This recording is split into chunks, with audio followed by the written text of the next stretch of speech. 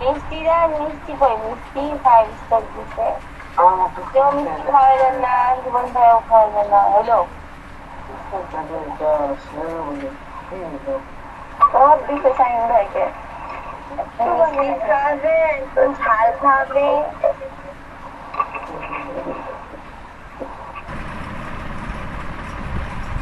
হিমেল কি অবস্থা আপনার? পরবর্তীতে কোন খোঁজ খবর হলো বাইরের? তাই আজকেও ভাই সারা রাত জানলাম। গতকালকে তো অর্ডারের বন্যা হয়েছে, এটা জানেন? আমার মনে হয় কি হলো আপনাদের টাইমে, তারপরে আপনার বিকালের দিকে প্রায় 5:30টার দিকে, হ্যাঁ, আপনার এক একজনের মনে করেন যে যার ফুলফিল গিফট দেওয়া ছিল, এক একজন মনে করেন যে 25টা-30টা করে বাই রিকোয়েস্ট পেয়েছে, ঠিক আছে, সেকেন্ড ব্যাচে। আর আপনাদের ওই সময়ও দেখেছেন অনেকে যাদের ছিল, যেমন যে ফাইম ছিলেন, ফাইমেরও কিন্তু 20-25টার মতো রিকোয়েস্ট আসছিল অটোমেটিকলিভাবেই। আমাদের গ্রুপে হচ্ছে তাহলে এই কার অর্ডার আসছে আলিফ, আমাদের গ্রুপে কয়জনের অর্ডার? আমাদের গ্রুপে অর্ডার আসছে আপনার, শাহিনের, তারপরে আপনার জীবনের 3 জন, বুঝছেন, এই 3 জনের অর্ডার আসছে। আর আজকে আমরা একটু মানে কথা বলবো, প্লাস কিছু ভিডিও দেখবো, হ্যাঁ, হেয়ার মাস্কিংয়ের উপর কিছু কাজও করে দেখাবো, জাস্ট সিম্পল ওয়েতে। আর হেয়ার মাস্কিং আপনার মূলত মনে করেন যে যারা পারফেক্টলিভাবে, যে হিমেল হাসান, আপনি না হিমেল, আপনার এটা? জি ভাই। আচ্ছা, পারফেক্টলিভাবে দেখা যায় যে কাজ করে, ওরা কিন্তু অনেকেই কিন্তু সফটওয়্যার ইউজ করে থাকে, বেসিক্যালি করে, কিন্তু বেশিরভাগই কিন্তু যারা হেয়ার মাস্কিংয়ে কাজ করে তারা আপনার সফটওয়্যার ইউজ করে, মেবি আপনার পেড সফটওয়্যার, টপেজ নামের একটা সফটওয়্যার আছে, হ্যাঁ, ওই সফটওয়্যারটা পেড সফটওয়্যার, ওটা দিয়ে আপনার মনে করেন যে নিখুঁতভাবে আর কি আপনার হেয়ার মাস্কিংয়ের মানে হেয়ার রিমুভগুলো করা যায় আর কি।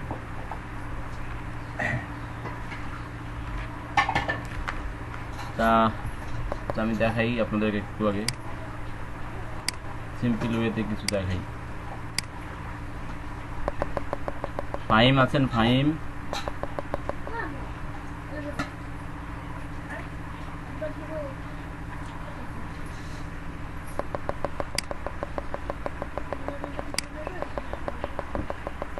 স্ক্রিন তো দেখতে পাচ্ছেন তাই না?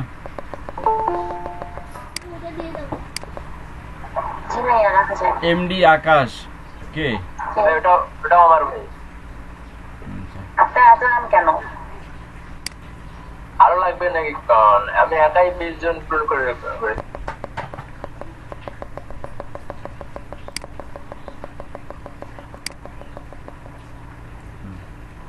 ঠিক আছে। প্রথমে যে পিকচারের কাজ করবেন, পিকচারের কাজ করতে গেলে পিকচারটাকে আগে আপনারা কি করবেন, এটাকে কপি করে নেবেন, কন্ট্রোল জে দিয়ে কপি করে নেবেন।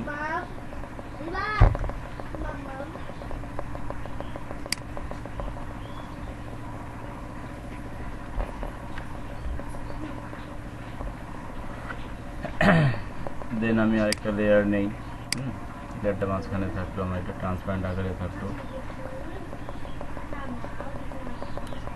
এখন এই যে এই জায়গা যেটা আমাদের আছে, প্রথম কথা দেখাই যে আমাদের ব্যাকগ্রাউন্ড ইরেজার টুল, এটা তো আপনারা সবাই এটা পরিচিত।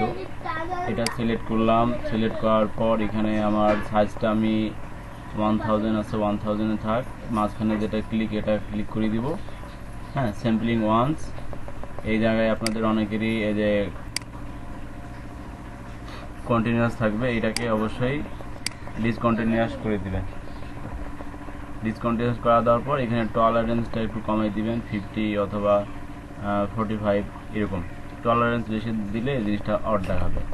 দেন দেখেন আমার এই যে প্লাস চিহ্নটা এখানে, হ্যাঁ, এখানে দেখেন, এখানে যেটা আছে, এখান থেকে যদি আমি এই লেয়ার সিলেক্ট থাকা অবস্থায় এখান থেকে যদি আমি জাস্ট ধরে একটা টান দিয়ে দেই,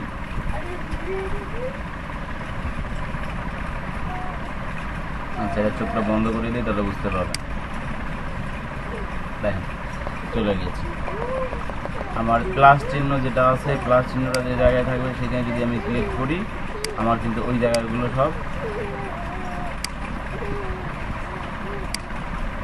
এই জায়গায় চলে গেছে। এটারও একটা ব্যবস্থা আছে, এটাও দেখাবো। যেন আমি জাস্ট সিম্পল ওয়েতে জাস্ট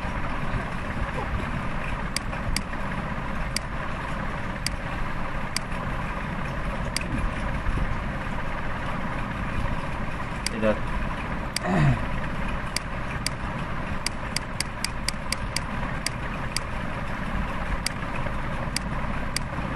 প্রক্রিয়া অনেকগুলো আছে, হ্যাঁ, যে যেভাবে পারে আর কি।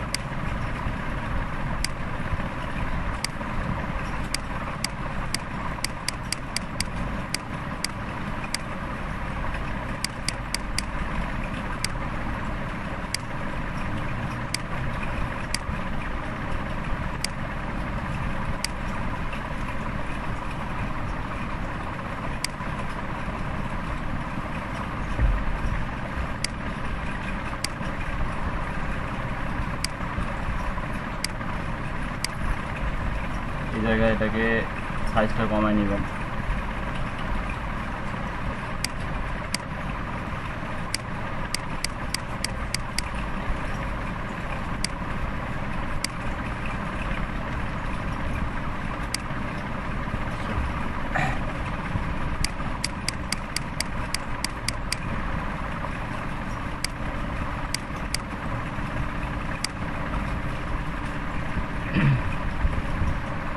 এখন দেখেন এই জায়গাতে কিন্তু আমার ছাড়া পড়ছে, এই জায়গাতেও ছাড়া পড়ছে, হ্যাঁ।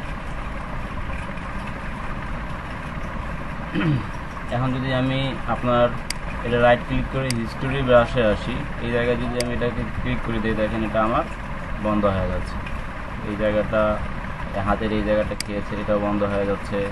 এই জায়গাটা খেয়েছে, এটাও আমার বন্ধ হয়ে যাচ্ছে।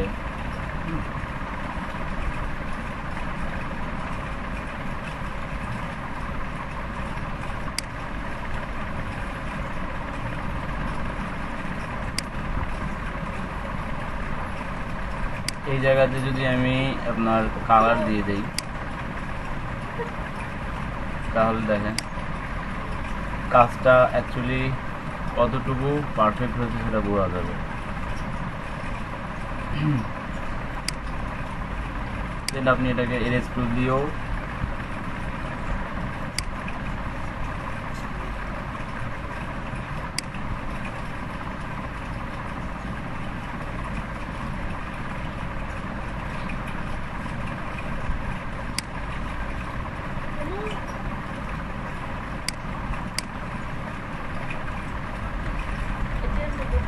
ভাই নেট সমস্যা করতেছিল, আটকে গেছিলাম, বুঝতে পারিনি এই যে ওর হাতের ইয়েগুলো জানি কি করছে ওগুলো বুঝতে পারিনি। আচ্ছা, মনে করেন আমি এই যে যেমন এই জায়গাটা দেখেন কাটা আছে না, জি ভাই। এই জায়গাটা আমি আপনাকে দেখাচ্ছি, এটা বুঝতে পারলে।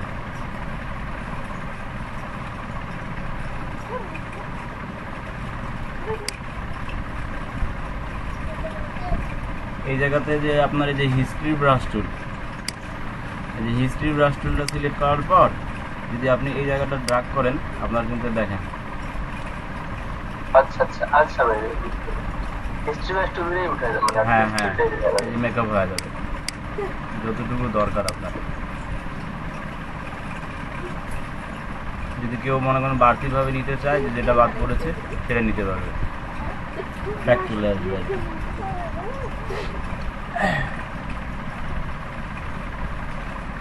এটা একটা ওয়ে। তারপরে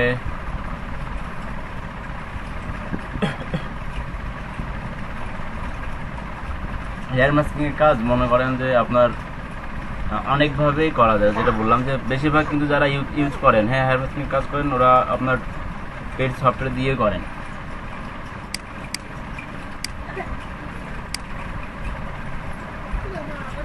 এখন এটা একটা ওয়ে গেল, আমি আরেকটা ওয়ে দেখাচ্ছি। মনে করেন যে এটা লেসো টুলের তো ইউজ অলরেডি বলেছি, লেসো টুল। এখন লেসো টুলও দেখা যাচ্ছে যে আমি জাস্ট একটু ভিতর থেকেই নেই, সমস্যা নেই, পরে এটা আবার আমরা ফিরিয়ে আনতে পারবো।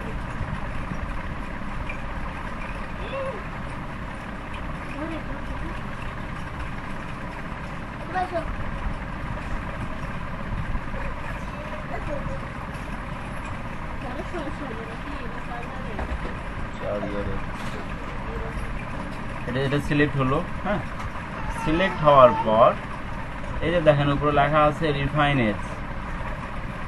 রিফাইনেজ। এটা আপনাদের যাদের আপডেট ভার্সন আছে তাদের মেবি থাকবে ওখানে সিলেক্ট এন্ড মাস্ট। হ্যাঁ, ওটা লেখা আছে। আর যাদের আগেরটা আছে তাদের মধ্যে রিফাইনেজ লেখা থাকবে। দেন রিফাইনেজে সিলেক্ট করলাম। সিলেক্ট করার পর এখান থেকে আপনাদের কালার বেশ কয়েকটা আছে, হোয়াইট আছে, ওভারলে আছে, যে যেটাতে করতে চান। হ্যাঁ, এটা ওভারলে আছে, হোয়াইট আছে, ব্ল্যাক আছে, ঠিক আছে, ট্রান্সপারেন্ট আছে। তো আমি আপাতত হোয়াইট দিয়ে করি, কিন্তু আগে ওকে দিবেন না। এটা দিলেন, দেওয়ার পরে দেন এই যে এখানে ক্লিক করে এখান থেকে রিফাইনে রেডিয়াস টুল যেটা আছে সেটা সিলেক্ট করে নেবেন। এখানে একটু রেডিয়াসটা বাড়াই দিলেন। এখন এখানে একটা জিনিস দেখেন, আমার এই জায়গা যেটা আছে, হ্যাঁ, এটাকে যদি আমি আপনার এদিক দিয়ে নিয়ে আসি টান দিয়ে সারিয়ে দিলাম, দেখেন অলরেডি সামনেটা চলে আসছে। তারপর উপর থেকে যদি নিয়ে আসি এভাবে ডাক করে ছেড়ে দেই,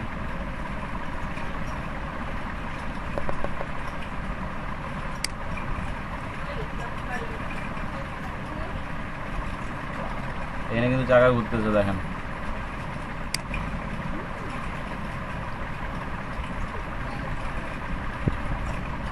প্রসেসিং হচ্ছে। হ্যাঁ, কেউ আবার প্রসেসিং হওয়া মাত্র ওকে করে দেন না, এখানে আরেকটু কাজ আছে।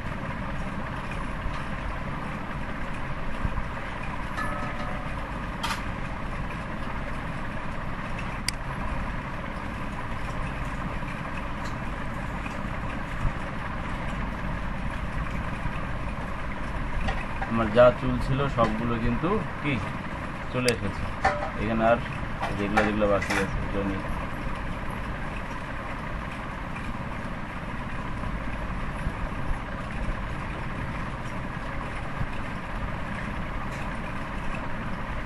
দেন দেখেন আর কিন্তু কোথাও কিছু বাকি নেই। হ্যাঁ, পারফেক্টলি ভাবে সবগুলোই আমার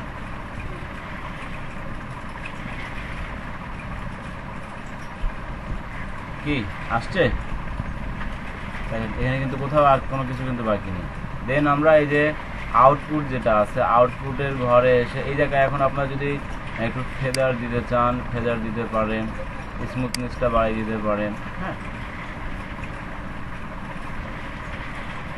কন্ট্রাস্টটা যদি দিতে চান দিতে পারেন, শিপ এজ দিলেও দিতে পারেন। শিপ এজ দিলে যে পিছনের ইগুলো দেখেন আরও আপনার পারফেক্টলি ভাবে নিয়ে নিচ্ছে। এই যে শিপ এজের কাজটা দেখেন, কিন্তু এটা আবার খেয়ে নিচ্ছে বেশি দিলে। হ্যাঁ, এমনভাবে দিবেন যাতে বোঝা যায় যে না আপনার হালকা, ঠিক আছে। শিপ এজে বাড়তি দিলে আপনাদের দেখেন, শিপ এজ যদি আমি বাড়তি দিই আমার কিন্তু পারফেক্টলি নিচ্ছে, কিন্তু পিছনে একটা শ্যাডো পড়ে যাচ্ছে। এখন এটা যদি আপনারা আবার পুনরায় আবার ইরেজ করতে চান সেটা করতে পারবেন। আমি এটা আপনার এজটা কমাই দিই, 7 দিই, ঠিক আছে। 7 দেওয়ার পর এইখানে দেখেন আউটপুট টু সিলেকশন দেওয়া আছে। হ্যাঁ, এই জায়গায় এসে ক্লিক করবেন, এখানে যে নিউ লেয়ার এই ঘরটা টিক দিলেন, দেওয়ার পর তারপর এই যে ওকে বাটনটা ক্লিক করলেন। তারপর একটু ওয়েট করতে হবে।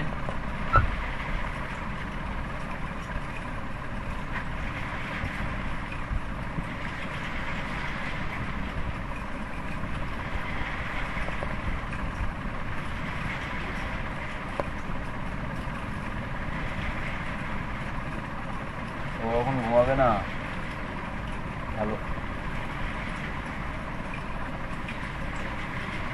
ঘুমাবে না।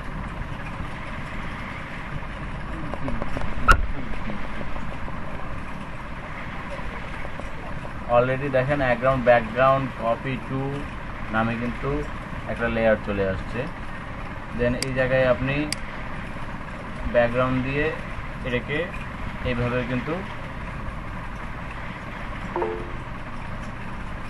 সাবমিট করতে পারেন কাজ। এখন এই অবস্থা দেখেন, এটা আমার কিন্তু কাজটা কি, আমার এজের পরিমাণটা এখানে বেশি চলে আসছিল, ঠিক আছে। আমি যখন রিফাইন এজটা করি তখন এজটা আমার বেশি চলে আসছে, যার কারণে এটা কি এভাবে দেখাচ্ছে। এখন আপনি যদি এটা সিলেক্ট করে দেন এগেইন আবার আপনি এরেজার টুলে যান, ব্যাকগ্রাউন্ড এরেজার টুল গিয়ে আপনার এটা থাকলো, এটা থাকলো, এটাকে আপনি আপনার 45 অথবা 50 তো 40 করে দিলেন। দেওয়ার পর এই জায়গা থেকে যদি আপনারা জাস্ট ক্লিক করেন, এটা মেবি আর কাজ করবে না, এটা এখন আপাতত, যেহেতু এটা আপনার পারফেক্ট রিফাইন এজের উপর দিয়ে এটা কাজ করা হয়েছে।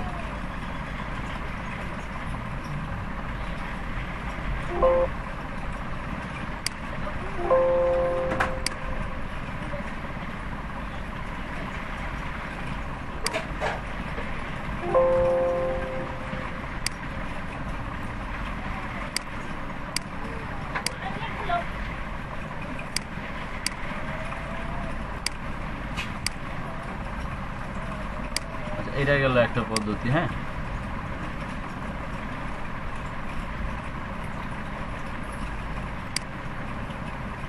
এখন এই পিকচারটা দেখেন, এটাকেও আমি সেম ওয়েতে কি করলাম, এই পর্যন্ত কন্ট্রোল জে দিয়ে কপি করে নিলাম। তাহলে আমার একটা পিকচার থাকলো, এটা কপি করার পর এখানে আরেকটা আমি লেয়ার নিয়ে এটাকে ফিল করে দিতে পারি। দেন এটা সিলেক্ট করার পর এখন ওই যে প্যাচ টুল বলেন, ব্রাশ টুল বলেন, হ্যাঁ, ইরেজ টুল বলেন, এক একটা ওয়ে পদ্ধতিতে কিন্তু অনেকগুলো আছে। যখন আপনারা ইউটিউব করবেন, হ্যাঁ, ইউটিউব করলে মানে অনেক ধরনের আপনারা পাবেন। এখন মনে করেন আমি যদি এটা এই অবস্থায় সিলেক্ট করা আছে, এটাকে আমি না হয় বাড়িয়ে দিলাম 1000, টলারেন্স আমার এটা 50 করে দিলাম। আমি জাস্ট আমার যে প্লাস চিহ্নটা আছে এখানে যদি ক্লিক করলে অনেক হবে, আমার যেটা এক কালার বিশিষ্ট দরকার, ঠিক আছে। আমি যদি এখান থেকে এখানে জাস্ট ড্রাগ করি, দেখেন আমার কি থাকতেছে, চুলগুলো শুধু থাকতেছে, আপনার পিছনে যেটা আছে সেটা চলে যাচ্ছে, চুলের উপর দিয়ে যাবে না।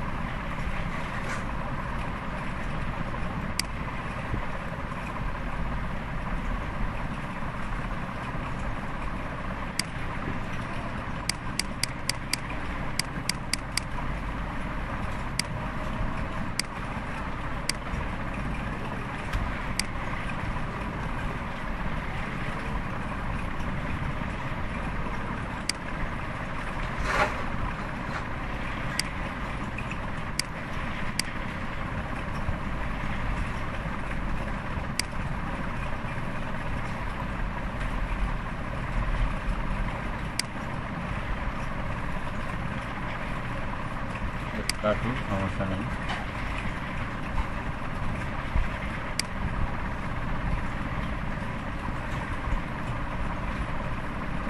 দেন এই যে হিস্ট্রিতে চলে আসবো, আবার একটু বড় করে দিই।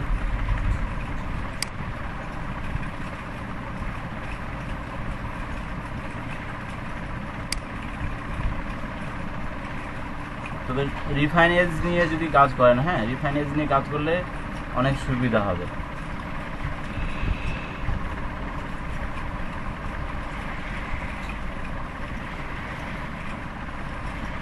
আচ্ছা,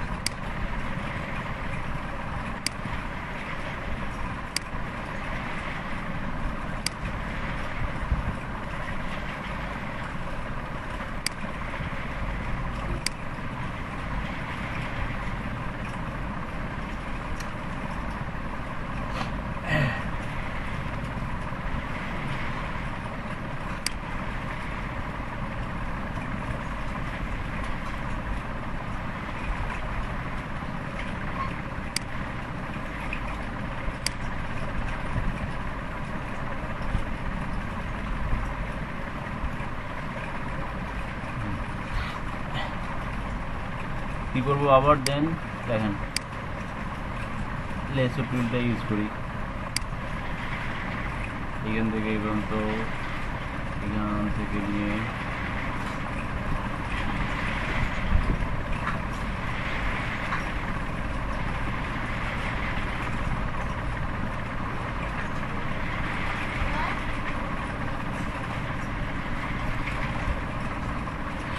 এই যে রিফাইনারি আবার গেলাম, ঠিক আছে। এখানে আপনারা দেখবেন যে কোনটা দিলে বেটার হয় আপনার কাছে। দেখেন এটা দিলে বোঝা যাবে যে এই চুলগুলো আমার, যদি আমি এটা দিই, হ্যাঁ এটা দিয়ে যদি আমি দেখি যে এখানে যদি একটা ড্রাগ করি তাহলে আমার এই চুলগুলো সব সে নিয়ে আসবে।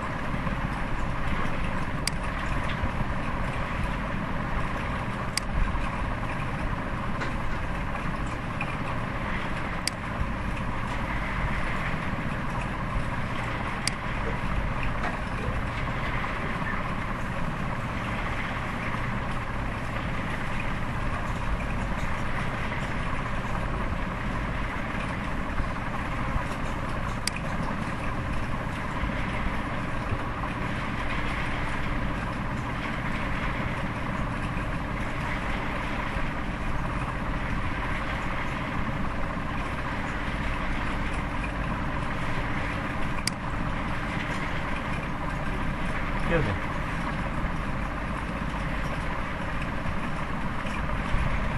দেন আমরা এই যে এই জায়গায় আপনাদের যেটা এজের যেটা বিষয়টা আছে বলেছিলাম, দেখবেন যে যদি মাইনাস দিই, দেখেন মাইনাস দিলে একবারে খেয়ে নিচ্ছে, হ্যাঁ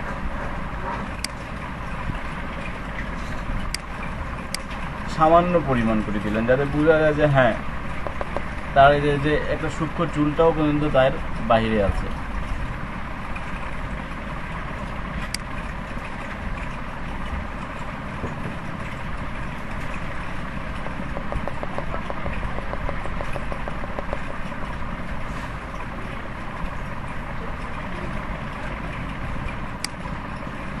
কন্ট্রাস্টটা দিলে তার যে ব্রাইটনেসটা চুলের, হ্যাঁ দেখেন ব্রাইটনেসটা চলে আসতেছে এই জায়গাটা, দেখেন পিছনটা কিন্তু আবার বেশি দিলে খেয়ে ফেলতেছে। এই জন্য আপনারা যখন দিবেন প্রয়োজন মতো দিবেন, যে বেশি যাতে না আসে।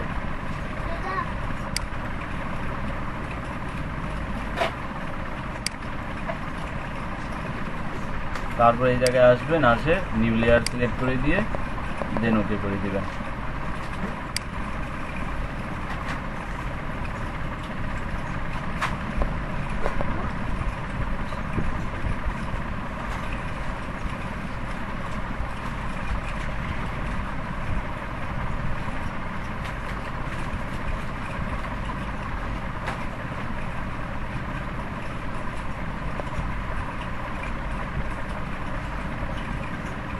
তাহলে দেখেন এখানে আপনার পেন টুলে ইউজ করা লাগতেছে না, হ্যাঁ যে এক একটা চুল টেনে আনা লাগতেছে না। এই প্রসেসিংয়ে করলে আপনার কাজটা আর কি মোটামুটি পারফেক্ট হবে।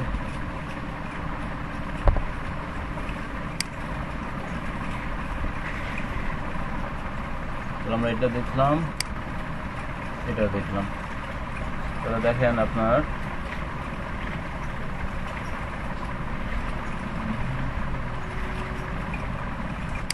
আমার আগের পিকচার এটা, তাই না? আর পরের পিকচার হচ্ছে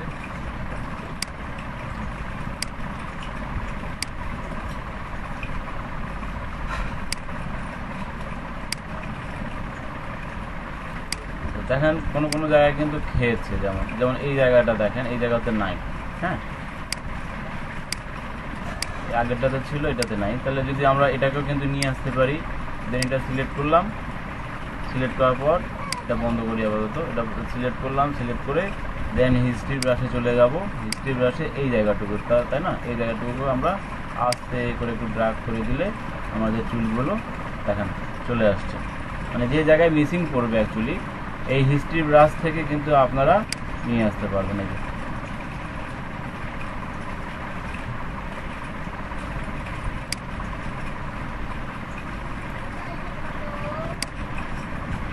কিন্তু এমনভাবে নেবেন যাতে বাড়তি যাতে না যায়, বাইরে গেলে কিন্তু আবার অড লাগবে দেখতে।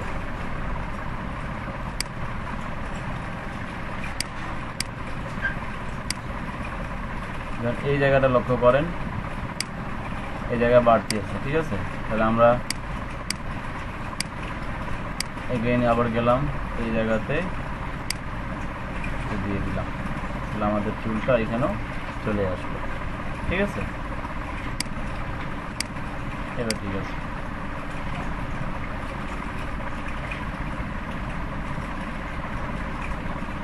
এই হলো মোটামুটি। আপনাদেরকে কয়েকটা ভিডিও দেখাই, ভিডিওগুলো তাহলে একটু দেখেন।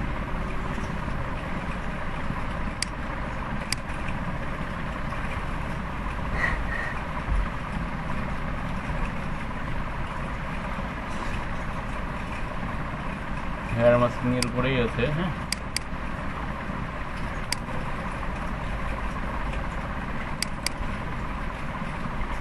And we are looking শোনা at যাচ্ছে কি? very, very awesome Photoshop CC 2015.5. It's the new release of Photoshop, released in শোনা আচ্ছা 16, and we're going to start off with my favorite feature. I love this because masking it's been a challenge for everybody, and especially masking stuff like hair and keeping detail on the edges and stuff has always been hard. Refine Edge was probably a big step forward, and everybody loved Refine Edge. What I'm about to show you is the next level of Refine Edge, and it's even better. Here's what you do. So we want to mask her hair, right? So here's what we're going to do. You can use any tool you want. You can use the quick select tool. You can even just go over and grab the lasso tool, or you can, well, I'll show you in a second. And you want to basically, I don't want to touch the edges, right? I just want to get kind of close here, and we'll let Photoshop do all the heavy lifting. I'm just going to kind of get in the ballpark here, and I'll hold shift key and add in this little area. But I don't want to touch any of those areas where you see a little bit of background in there. Nope, I just kind of want to get these areas that are very easy to define. But the hard stuff's all this edge stuff. When you're ready to go into this new, like, workspace or task area, I don't know what the exact word for it is, but it's awesome. You're going to click this button right up here at the top, select and mask. So this replaces Refine Edge. It just replaces it. Now, it still does all the stuff that Refine Edge do. Don't worry, but it's much faster than Refine Edge because it's GPU accelerated, and you get better results just all the way around. So here's what we're going to do.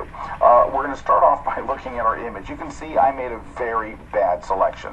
Now, your view modes are all here like before, but there's this new one called Onion Skin, and it is awesome. You have a transparency slider, so you can kind of lower it to see, oh, well, there's the hair I need to add in. So it's important to be able to do that, right? So that's what it looks like if I were to hit OK. You don't want to hit OK yet. You want to work on this a little bit. We're going to go grab our tool here, the second tool over here, Refine Edge. We're going to get a decent sized brush, and I'm just going to paint over the edges of her hair. And it's going to look at that area, and look at that. Look how it sees the edge, the fine edge detail, and just the math going on there is just gotta be crazy. And so I'm just going to move my way around the image, and I'm probably going slower than you need to go, but I move my way around, and you can see it thinking and working. And is this just insane? I mean, this is just, they did such a great job with this, and we'll go right down here to the end. Now, So, I mean, it did a really pretty good job, just boom, right off the bat. If any places kind of dropped out or anything, you can switch over here to the brush tool and kind of brush it back in, but doggone, this looks so good. Of course, you still have the smart radius and stuff is here. I mean, you have a lot of the same, I mean, it's all the same stuff. It's just all the same stuff and more. Here are the global refinements, which, by the way, I never touch. The edge shift, you can decontaminate colors, and then at the end, you can say where you want it to go. Let's create a new layer. But if you want to see right now what it looks like, if you raise the transparency all the way up, you're going to see, well, that's what your mask looks like when you're done. So it gives you a great, like, kind of preview there. So that's why you would raise the transparency up to 100%. All right, so let's go ahead and just do that. Let me just go and click new layer and OK, and look at the mask it created. So anyway, I'm just really impressed with it. I'm not impressed that I missed this little area down here. Don't look down there. I missed that area there, but you know what's cool? I'm going to give you a little trick. This is a trick from my class. So I did a class on masking and compositing, which includes this brand new tool. We'll be releasing it either on Thursday or next week, one or the other. Depends on how we do in post-production. But look, the history brush. Ready? I didn't think you were going to learn anything here except for new features, right? You know what the history brush is? Ready? It's undo on a brush. So I can go right here and say, wow, I missed that area. And boom, it's back. It's just one of the many myriad tips I teach in my brand new class. Coming up soon, I don't know, next week. Masking and compositing. And you know what follows that class up? Corey Barker's Advanced Masking and Compositing. Oh yeah. Anyway, I'm getting off track. I super love this. I super dig it. It's refined edge, but better. It's got better math. It's faster. I'm totally digging it. I hope you do too. That's in the brand new Photoshop CC 2015.5. দেখা যাচ্ছে?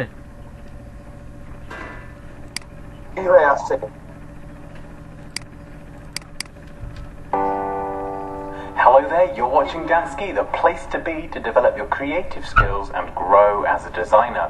In this tutorial, we're going to be learning how to cut out hair in Adobe Photoshop. So as you can see here, I've got an image of a lovely red-headed lady, and we're going to cut out her rather crazy hair onto a transparent background. So to start with, open up the Layers palette. Now, it's always quite a good idea when working on something complicated like this to work non-destructively. And by that I mean keep a copy of your background image, so if you need to reference it or use something from it further down the line, you've then got it handy. So if we duplicate our background layer by pressing Command J on the Mac or Control J on the PC, and we'll just switch this background layer off, we have that there if we need it. So this is the one that we're going to be working on. So I'm just going to call this layer Cutout. And we're going to be using the background eraser tool for this tutorial. So if you mouse over the eraser tool, left click and hold down, and select the background eraser tool.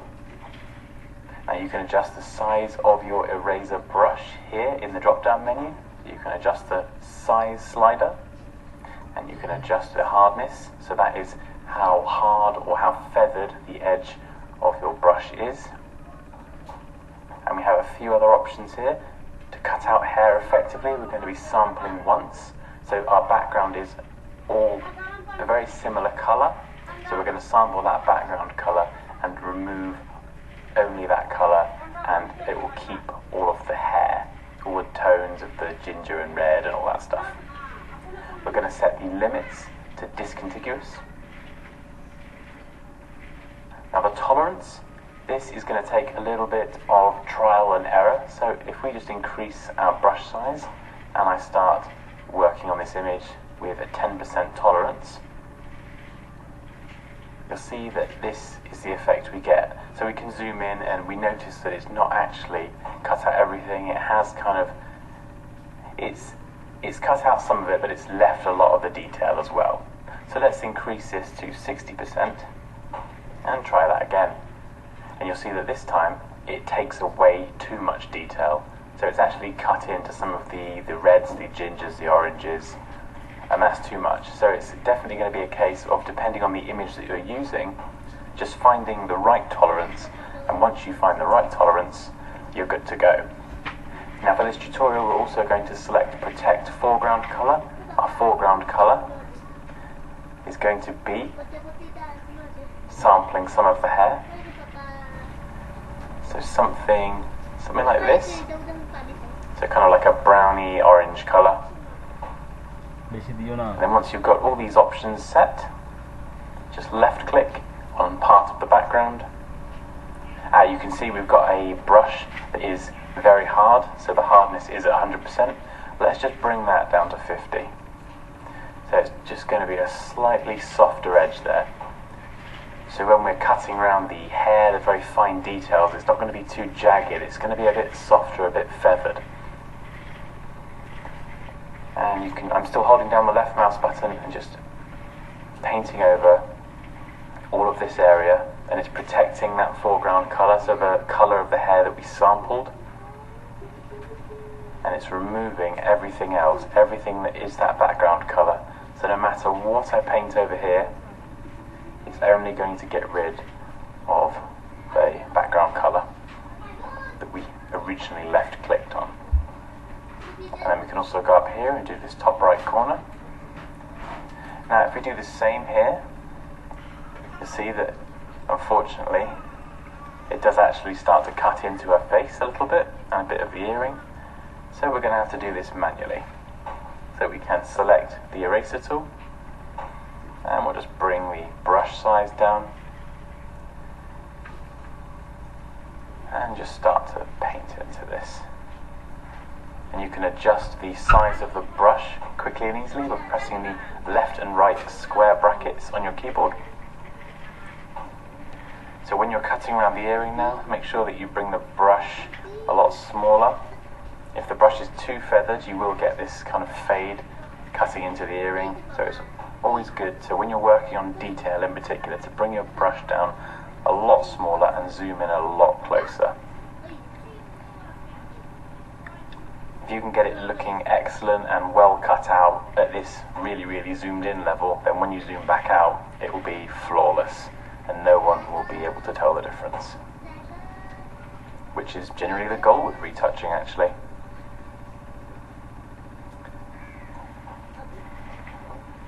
So now we're just going to go in and just work on erasing the inside. So we've still got these bits of background here. Unfortunately, the colour of the background worked really well for most of the image, but these parts here just need a little bit more work, just because the colour of the earring, the reflections on the earring, was a little too similar to our background colour itself. So again, as you can see, I'm just making the brush really, really small for these finer details.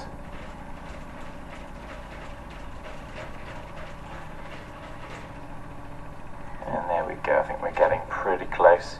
You can obviously spend as much time on this as you like to make sure that it's as perfect as you'd like it to be. This is the slightly accelerated version. So there we go, pretty good job when you zoom out. And we've also got these other bits over here. So if I just create a new layer, we'll drag this under our cutout layer. Just select any colour, like a vibrant orange, and just click Fill with the Fill tool, just to paint that in. And then select the cutout layer, select the eraser tool again, and you can very easily see now where it's kept some of the background. So with the normal eraser tool, we can just go through and just manually remove some of these bits. You can see as well we've got this texture up here where the background eraser tool has not taken all of the background out, it's taken down some of it, so we just need to go through and erase that with our eraser tool, so it is solid orange. Again, there's a little bit here, I'm just going to brush that one out so it's orange. I'm still using a nice feathered brush. I've got the hardness set to 0 now, just for the standard eraser tool, And we're just going to keep erasing all of these bits. There we go. Until our background is completely 100% solid orange. A bit more in the top right corner here. And then you can see we've got a little bit left over from here. These are just little bits that I've missed as I've been going along. I'm just going to get all of these.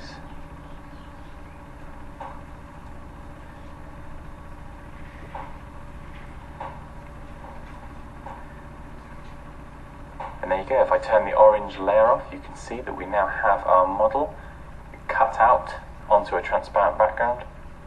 And then if I then turn this orange layer to white, you just press Command U on the Mac, or Control U on the PC, you get the hue and saturation dialog box pop up. Just drag the lightness all the way to the top, and it will give you a white background. And you can keep these on separate layers, or you can select both layers and click Merge Layers. And then if I turn on and off this layer, so this is the original image that we had with this slightly darker background, and then I can switch on the cutout version where we've placed our model onto a white background. And there we go. That's how we cut out hair in Adobe Photoshop. As always guys, please feel free to leave any questions or comments below. Like this video if you enjoyed it. Take care, and I'll see you next time. Hey everybody, welcome into this Adobe Photoshop tutorial, brought to you as always by tutvid.com. You saw the title up there, didn't you? This one's 10 tips and tricks for creating better selections in Photoshop and cutting out anything. The title's gonna be something like that, I don't know. But before we get going, remember, the best way to support and share this video is pound the like button. Make sure you subscribe to my channel so you never miss another video in the future. And buy my Photoshop course, that helps too. Link appeared right up there. 10 tips and tricks for creating better selections and cutting out anything in Photoshop. Let's go. Alright, so here we are. Number one, I like to, when I'm creating selections in Photoshop, I like to think of them as a sort of refinement process where we create sort of a rough and dirty and gunky selection and we sort of refine it and make it better and better and better and better and better. So here's the first step. Almost always I will use the quick selection tool. You could use a lasso tool, but check out the quick selection tool. With the quick selection tool, you just simply paint over the bits that you want to select, and you can see here we're like this really complex bunch of her hair hanging out over this solid gray background. Come down here on her arm, her hand, she's got this great dress blouse situation happening here, and her shoulder slash face skin, and there we go. We've created this big selection very quickly, and it's a very simple selection. We created it very quickly with the quick selection tool, but it's also kind of a very, or a not so refined selection. You can see the edges of her hair are all kind of janky and wacky, and it's not quite what we want. Before we get into how to really kind of clean up and select this hair, I want to talk a little bit more about the quick selection tool. Namely, I like to keep auto enhance checked on. It tends to do a really nice job of helping to find that edge a bit more. And also, when you're using this, you can make your brush size bigger or smaller depending on where you need to select. But the really key hotkeys are holding down Shift, that'll allow you to add to your selection, or the Alt or Option key, and see the little plus in the middle of my my little cursor there. It switches to a minus. That is going to allow me to subtract from the selection. So if I were to zoom in and say like, well, I like all the selection, but I know I don't need to select this gray in here, I would grab my quick selection tool. We still have that whole area loaded as a selection. Hold down Alt or Option and just paint over the gray area in there. And you can see it just creates this sort of second selection within our original selection, right? You see that? That selection down there. But what that is a hole cut in the middle of our selection. So Photoshop knows, all right, we're selecting all these bits around here, but not the little bit of gray in there, and not all the gray out here. So it's a really great way to go in and be able to just add and subtract from your selection. If I see, up here on the finger, I need to add a little bit more of my selection, great. If it didn't quite get to the edge of the shirt, I can just paint over that. If I want to come out on the hair a little bit further, I just paint out on the hair a little further, and so on and so forth. Before we go on to the second little trick, I want to show you something that's kind of important and really nice to know. Let me just grab that little loop-de-loop of hair there. Under Select, you can save a selection, which means you can load it up and use it later. You can either come to the Select menu here, or you can simply right-click and choose Save Selection. When you choose to save a selection, I almost always give it a name. I'm just going to call this like Base Select or something super, I don't know, super blasé. And the operation is going to be to create a new channel. So I'm going to hit OK, and I can deselect this by going select, deselect. And over here on my channels panel, there's this base select thing, and I can load this as a selection by Command or Control clicking on that mask, and voila, we have that selection again. Command or Control D to deselect. Let's go on to number 2, and number 2 is going to be using the Select and Mask tool. Now, if we go back to our channels and we Command or Control click on Base Select, load that as a selection, go back to our layers, we can go Select, Select, and Mask. Now, this is going to bring up this whole dialog box apparatus, and this is a tool that's very much in flux still. Adobe's doing a lot to try to make it better, but it still leaves a bit to be desired as well. It's not quite as perfect or great as it could be, but it does a really decent job on subjects like this, where you have somebody over a solid color background. For the most part, it'll do a pretty decent job of helping you extract them. Now, there are a bunch of tools here that you can play with, but the really important tool that we're going to cover here is this one right here, the Refine Edge tool, the Refine Edge Brush tool, I should say. Now, we can use the left and right bracket keys to make this brush tool bigger or smaller. And what you want to do is, when I paint over an area, I want my brush to be about the size of the bit that is being painted over. So, like the edge of her hair in here, right, down in here, where the hair is mixing with the gray background, a brush about that big, 100 pixels, is going to do a pretty good job of, covering both the hair and the gray area. So I'm going to paint over that, and then I'm going to let go, and the Refine Edge brush should pretty much be able to say, all right, here are the bits that are hair, the bits that are the background, boom, I'm going to knock them out. It does a pretty good job. It's not at all perfect. It's not the best selection in the world, but much better than I can do with the lasso tool. I'll put it to you that way. Now, out here over these edges of the hair, I might want to make the brush just a tiny bit bigger, so we're selecting the entire range from like right here all the way out to over here. So when I paint over this and say, hey, Photoshop, clean up that edge, bring hair back in, and drop that nasty, nasty gray background out, Photoshop will say, you know what, I can do that, and I will do that. All right, so I'm going to paint over the hair here. And knock out that background, bring this stuff back. You can see how it does a really decent job, right? I mean, it looks even better than it's going to, I should add, because we're over sort of this transparent background, so it makes it a little bit more difficult to see exactly what the selection is doing. Up here in View, we can choose Overlay, and we can see, it's a reasonably detailed selection, but you'll see it's really not as 100,000% amazing as it looks here, but it's still, again, better than we can do with the lasso tool. I'll put it to you that way. And you have some other things like edge detection. Sometimes boosting the radius a little bit will help get you a little bit of a better edge, but it can also cause you some issues on some selections as well. Down here, I'm going to choose to output this to a new layer with layer mask, and I'm going to hit OK. And you can see, of course, we have her up there on her own layer. There she is with a layer mask. Everything around her is transparent. And just as a quick test, let's throw a lighter colored background in behind her in the form of a solid color fill layer. I'm going to go with, let's just go with like a really bright yellowish color, right? I'm going to drag this below her. And we can see, the edges they're still kind of barely pretty torn up.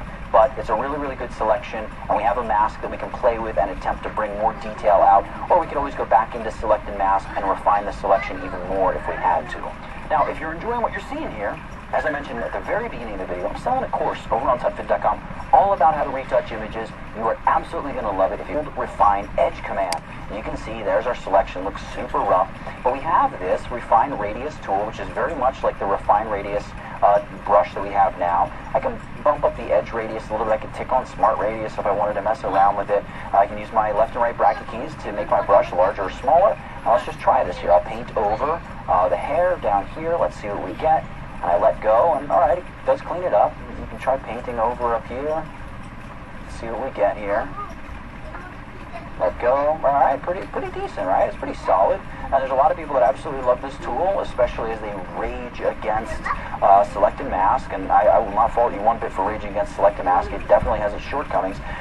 And this tool here, and we can paint over everything. You can see super fast, super easy, and then we can output it just like we did before as a new layer with layer mask. Hit OK, and we're going to have our layer here. Let's try dropping this over the yellow background, and you can see it does as good, if not maybe a better job than the newer Select and Mask does. Still not perfect, but we've got a very, very complex head of hair, very complex selection, and we just popped it out, and it's editable, right? It's up here with a layer mask. I can shift click the layer mask, and it hides the layer mask, so all that information is still there to be worked with. Shift click the mask to re-enable the mask. Okay, let's take a quick break from this complex head of hair and jump over to this building on a hill image. So another great way to create selections in Photoshop and cut out items that you may be looking to cut out is using the poly lasso tool. Now the polygonal lasso tool is located beneath the regular lasso tool, polygonal lasso tool right there. The great thing about this lasso is it just creates straight line selections. The thing that you may grow to hate about this tool is it sometimes accidentally creates selections that you don't want. So, like, we can just create a selection here, pull along the foundation of this building, up this side wall, out around this roof, right? Just get all these details. But sometimes, see that, like, I accidentally clicked and it just created this, it closed off my selection before I was ready to be done with my selection.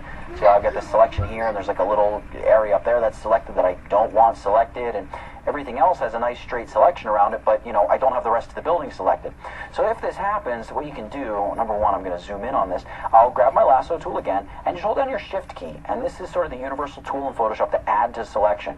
And I can just, once you hold down the shift key and start making the selection, you can let go of the shift key, and it's just going to, you know, use the polygonal lasso tool to add to this selection. I navigate to the edge of my, my window there, and it's going to move over so I can see my entire image. Great. What I'll do here is I'll just come up the side of the building. We're going to create, it's going to be a very rough selection here. We're going to kind of speed through this. Yeah. And as we come here around the corner, we can just loop through our original selection, right? Something like this. I'm going to zoom out a little bit. And I just haven't let go of my polygonal lasso tool, and it's going to just remain active. And I can hold down, I can bring, you know, the point of my polygonal lasso tool somewhere around here. I know my selection started somewhere down here. Hold down the Command or Control key and click, and it'll join the edge of the selection. Now, I had actually begun the selection up there because I had to restart my selection again. I forgot about that. So I'm going to hold down Shift and just drag a selection around this whole big area of the building that was not selected. And there we go. We've created this selection of the building. I want to show you a quick trick here. Number one, you can, when you make a selection like this, you can just extract this item from the photo very quickly by copying it to a new layer using the hotkey Command or Control J. Boom. And you can see here, I grab the Move tool. I now have a second copy of this church building. I just move it right up to its own layer. And I could move it over here. I could use, you know, Edit, Free Transform. I could scale this church building way down and make a tiny little copy of the church right there on the hillside next to this original church. And then, you know, erase away or mask away some of the side to make it hide behind the tree. And boom, you got a second copy of the same building. Now, one of the other things I want to show you about the polygonal lasso tool is when you're creating any selection, let's say you accidentally created this selection. We actually wanted to create a triangle, so we need this to go from here to here and then straight back up. And our whole selection is destroyed. So you would hit Escape to cancel out the selection and make that shape again. Well, let's say you do that. You don't have to actually get rid of the entire selection. If you create a point up here and you want to get rid of the last placed polygonal lasso tool point, just hit the Delete or Backspace key, and it sort of does one undo for you as you're working with the polygonal lasso tool. That can be really helpful, save you a lot of time. If you're working around, sometimes the tool will glitch out and drop a point where you didn't want one. You can just Delete Backspace key, and boom, you get a nice selection with the polygonal lasso tool. So it's a nice little tool. It can be a little finicky to use, but the more you use it, the more you'll kind of understand the quirks of it and how it works and kind of why it even sort of has to work that way. But it's a super useful tool and definitely something you should know how to use, the polygonal lasso tool. And moving right along, no selection tutorial is complete without talking about the vaunted and feared in some cases pen tool.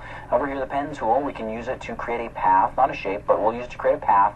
And the nice thing about creating a path, we want to make sure it's set to combine shapes here, not subtract or anything else, combine shapes. If we create a selection around this car, well, using a path doesn't really create a selection. It simply creates a basis for a selection. So if I go ahead and like select this front fender area, let's say, I'll create a really rough selection here. I can go into here, I can click, I can drag, I can sort of create this selection. Whoops, I don't know what happened there. Create this selection and pull. I'm just clicking and pulling. Hold down my Alt or Option key and just adjust that tangent handle there. Hold down my Alt or Option key, adjust that tangent handle there. Great. Hold down my Alt or Option key and click that newest point to sort of suck the tangent handle back in so we can get a straight point right out of here. All right, we're creating a very rough selection, but the whole point is going to be to show you one of the coolest things about working with the pen tool, that we don't really have to save our selection. The selection is automatically placed over in our, I'm just going to follow the door line right back down, by the way.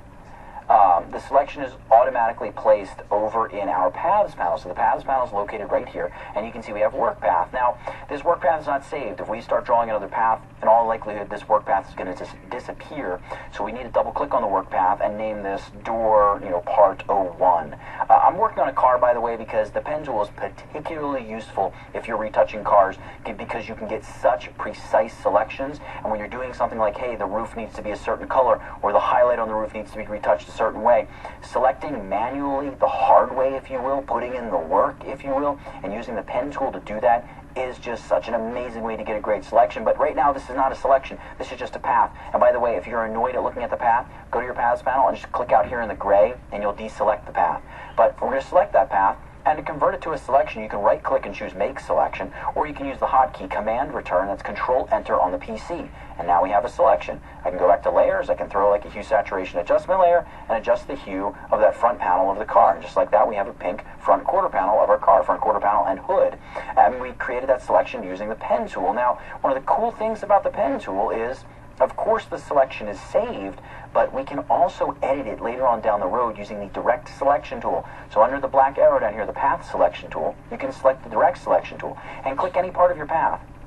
So I can click right down here, select this point, and I can click and drag the point, and click and drag the tangent handle, move it up a little bit, move this, I can move it over a little bit if I need to, or grab this tangent handle and adjust. I can move this point here, I can move it out a little bit, and then adjust this a little more, just to make the selection a little bit more perfect along the fender. I can select this anchor point, and just, you can nudge and adjust and tweak things, just that little tiny bit that they need to be adjusted to make everything just perfect. So that's the real amazing power of working with the pen tool in Photoshop. You can always go in and tweak and adjust. You can add points using the pen tool, or you can hover over your path. Well, I need to make sure I select my path, but I can grab the pen tool and I can actually add points to a path that already exists. So I can hover over the path itself, add points. I can select, I can move those points. There's so much I can do with the pen tool, and it's so precise with these tangent handles. Definitely want to look into how to use the pen tool and to learn how to master this pen tool, because when it comes to creating selections, especially manual selections, the pen tool is the bomb. Now, just a quick side note, the pen tool would be horrible for trying to select hair like this because of all these semi-opaque edges. The reason it's great with the car is because the car is solid, it's got sharp, defined edges, and when it comes to sharp, defined edges, solid, not see-through stuff, the pen tool is it's the beast in Photoshop for making those selections. And once you've got the selection, you've got it, it's saved in your paths panel. It's a beautiful thing. So now we're going to head back to this image once more. I want to talk about the sixth thing, and that is using a channel to create a selection, or using a channel to extract an object. If we come over here to our channels panel, you can see that we have, of course, the saved selection that we created, but outside of that saved selection, we have the three channels that make up this RGB image: the red channel, the green channel, the blue channel. We can use these channels, though, to create a selection. And when I look at these individual channels, I'm going to shut off red and green. I'm looking for a channel that gives me maximum contrast between my subject and my background. This channel-based selection works particularly well when you have a subject that contrasts well against his or her or their background. So here I can see the blue channel is really going to do good things for me. Green, and we just want to turn the green channel by itself on. The green channel, as you can see, she's lighter and the background's light. There's just not as much contrast as that blue channel. So what I want to do, I don't want to mess with the blue channel itself. If I edit the blue channel, I start to mess up the composite RGB image, which is, the image that we're looking at here in Photoshop. So I'm going to shut the composite RGB image off by shutting off red and green channels, and I just click on my blue channel, drag it down to the new channel icon, and I've got this blue copy. All right, I can turn my RGB channel back on, and you can see I've got this funky looking red overlay. That's because my blue channel is turned on, right? So this is just sort of Photoshop's quick mask way of telling you, hey, look, the red stuff's not going to be selected. Stuff that isn't red is going to be selected, which doesn't mean much because it's a super complex selection, so don't worry if you don't quite understand. But one of the cool things about these channel-based selections is we can apply stuff like a levels adjustment to this channel. Go image image adjustments, levels, and we could say, hey, drag this white point over, because we know we want out here to be solid white, and we really, in the end, want her to be solid black. If she's solid black and the background is solid white, we're going to get a pretty good selection. So let's go solid white, let's pump up the black, it's going to make her nice and dark. I'm going to pull the midpoint over a bit, something like that. I'm going to pump the whites a little bit more. All right, we're going to hit OK. Now you can see the highlights in her hair are really beginning to come out. So at this point, what I would do is I would take my brush tool and would make sure it's set to the blend mode of normal, opacity, and flow both at 100%. Right click. I probably want to go with a really hard edge brush, 100% hardness. I'm painting with black, and it really helps to have a tablet for something like this. We can go in and just paint over all the stuff that should be black. Get as close to the edges as you can. Again, we're going to perfect the hair edges here in a second, but all the stuff in the middle, there's no reason why we can't just go in and paint with the color black and say, you know what, we know that we want all of this to be covered up and to be a solid color. We're just kind of helping Photoshop out a little bit by painting all this stuff in. We can get all the way up kind of close to the edge of her hair, right, because we can do all this manually by hand. Get up close to the edge of the hair. There we go. We can come here into her hands a little bit. But we really got to be careful to stay away from the edge too much, because we'll really start to mess stuff up. All right, great. At this point, we could hit Command or Control L to open up levels again. We could boost black a little bit more, boost white a little bit more. We want to be really careful, though. I'm going to zoom in on my image. We want to kind of try to maintain some of the semi-transparent grayness of the edges of our hair, because that's going to it's just going to look a bit better. So just keep that in mind as you're doing this. You don't want to lose kind of the semi-transparent nature of hair, because frizzy hair is, by its very nature, a little see-through. So once you kind of have this selection made, what we're ready to do is invert the selection, because with a channel, the white is the stuff that gets selected and black doesn't. So all we need to do is hit Command or Control I, and we're going to flip this. Well, as soon as we flip it, we can see we have a lot of light gray down here. We still need to work on her hand a bit, and we need to make sure everything up here is pretty close to solid black. Check out this really cool trick. You can go to the brush blend mode and set it to the blend mode of soft light.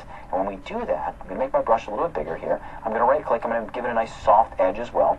We can paint in here with black, and you can see when we paint over the white part of the image, the black doesn't spill out over that. Because with the brush set to the blend mode of soft light, Photoshop is just saying, look, I'm going to attack pixels that are already black or dark gray and just make them blacker or more dark gray. So the same goes. If we set white as our foreground color, we can kind of dab the edges of the hair a little bit. We can go in there and you can see it's just going to fill out the edges of the hair without kind of getting in there and polluting the black background. All right, and here with her hand, we can really clean up the hand that we were having trouble with by just painting over it with a few passes using a soft light blend mode brush. Her knuckles are still a little bit black, but what we can do is we can go in now that we've kind of created the edge, right? We're establishing that edge. That's the most important thing. We're establishing the edge. You're going to see, this is an older way to make selections in Photoshop, but it can really be useful at times. We're going to go back and set this to the blend mode of normal, and I'm going to paint over these areas that are kind of left behind, that are, you know, still solid black. We're going to come here close to the edge. And, you know, you can spend as much time as you want refining this channel. And because it's a channel, it is going to be a saved selection, right? I can zoom out here. And if I turn on my RGB composite channel, you're going to see everything around her is kind of red. She's in full living color because she is exactly what we're going to select if we load that blue copy channel as a selection. Let's select the RGB composite channel. This is going to make sure we're working on the right image. We'll go to our channels here. We can Command or Control click on the blue copy channel. Go back to layers, and we can just throw a layer mask onto this layer. So go layer, layer mask, reveal selection. And you can see it knocks out the background, and we get a pretty darn good selection of her hair. Let's drag the solid color layer down here underneath her, and you'll see it's pretty good. It's almost as good as refine edge and select a mask. Nowhere near perfect. Down in here could use a little help. Out here it's a little too crunchy maybe. But you know, the more you create these channel-based selections, the more, I'm going to hit cancel, I don't want to do that. The more you're going to get better and better and better at creating these selections. So yeah, check that out. 3 different ways to extract the complex head of hair we've covered just in this one single tutorial. What? Are you kidding me? All right, check this out. This is actually really cool. We're going to come over to this Ferris wheel image. This may be a way of creating a selection that you've never heard of or never thought of before. This is particularly useful with an object like this, where it's super complex, a lot of straight lines, very contrasting over a relatively solid color background. A set of power lines, there's just tons of little girders and pieces of metal here in this Ferris wheel. We can go image, calculations. And what calculations is going to do is it allows us to take 2 channels and blend them together. So what we can do, we'll do the same thing. We're looking for contrast between our foreground object and the background. And then we choose a blending mode with which we blend them together. So I can go with like green channel and blend them using multiply. So multiply is going to basically take the darkest pixels and just really pile them on. And the Ferris wheel is nice and white here, but the sky's not nearly as dark as when we use the red channel. Let's go blue, blue, I don't really like that either. And there's these add and subtract options as well, which can be really helpful. But in this case, they're more helpful when you're blending channels for hair, I find. Although if we set this to an offset, I believe it would be of 0. Or no, let me go back to 128. Let me try just inverting one of these channels. Yeah, I mean, you can see it's not gonna give us what we want here. Let's just go with 2 red channels. Let's go with both red channels. I'm not going to invert either one of them. And we're going to set the blending mode to either multiply or even we can try color burn. Look at that. Look at the sky. Almost solid black, and the Ferris wheel almost entirely solid white. We just spent all that time using levels, remember, to make our girl solid white? Well, calculations is going to do it in one click. Oh, a little experimentation, but one click. And I'm going to say, look, the result of this calculation will be a new channel. Hit OK. What do we have? We haven't affected our image. The reason our layer is red is because over here in the channels layer, we have a new alpha channel that's selected. If I turn my RGB layer back on, you can see we haven't messed anything up. Make sure I select my composite layer. You can see it's a regular old image. We haven't messed anything up. We've created this new channel, though. And look at this. Solid white, solid black. We can open up levels if we want, Command or Control L, and boost the white a little bit more if we think it needs that to really get the full oomph of the selection. And maybe I'll do something like that. And then I can hit OK. And what we can do is we can Command or Control click on this Alpha 1 channel, or we can go select Load Selection and choose Channel Alpha 1. And the operation is going to be yes to create a new selection. Hit OK. And we've got this really complex selection. And let's just use that hotkey we learned before. Let's select our RGB composite channel, or yeah, up there at the top, so we're back working on our image. We'll use that hotkey we used before, Command or Control J, to pop the Ferris wheel up onto its own layer. You can see we've extracted this white Ferris wheel from the background. Now, a couple of obvious problems are the darker areas, the top bits of each Ferris wheel car are kind of not there. Well, not kind of not there, they straight up aren't there. But that's very easy to go in and paint that stuff back later on if you need, or add to that selection, well, if we're not popping this up onto its own layer, right? If we're instead creating a layer mask, you can always go in and paint with the color white and just get all that stuff back. But for now, I'm just going to pop this up onto its own layer, and we're going to leave it up there. We'll come back to this image at the end of the tutorial. I think I'll probably show you, one last tip when it comes to creating these selections. So let's move on to number 8, and number 8 is also really cool. I'm going to deselect that path. I don't want to see the path. Creating a selection and extracting an object based upon its color, or even just the tonality of it, go select color range. Well, actually I have to click color range, there we go. And what we can do is, under selected colors, we can choose something like, hey, select the yellows in this image. And you can see this yellow stripe here, and sure enough we can see white. Look at that super white there across the front. Hit OK, and we've got that yellow stripe selected, and very, very tiny bits of the yellow in the walls back here. And we can't even see the selection. They're so faint, they're not even showing up with these marching ants, but we can see the marching ants down here around the stripe in the road. Command or Control D to deselect. Let's just select the obvious thing here, the car. So we'll go select color range. We can try selecting the reds. You can see, it's going to pick up most of the car, and a lot of the, well, not really a lot, but bits of the building behind it as well.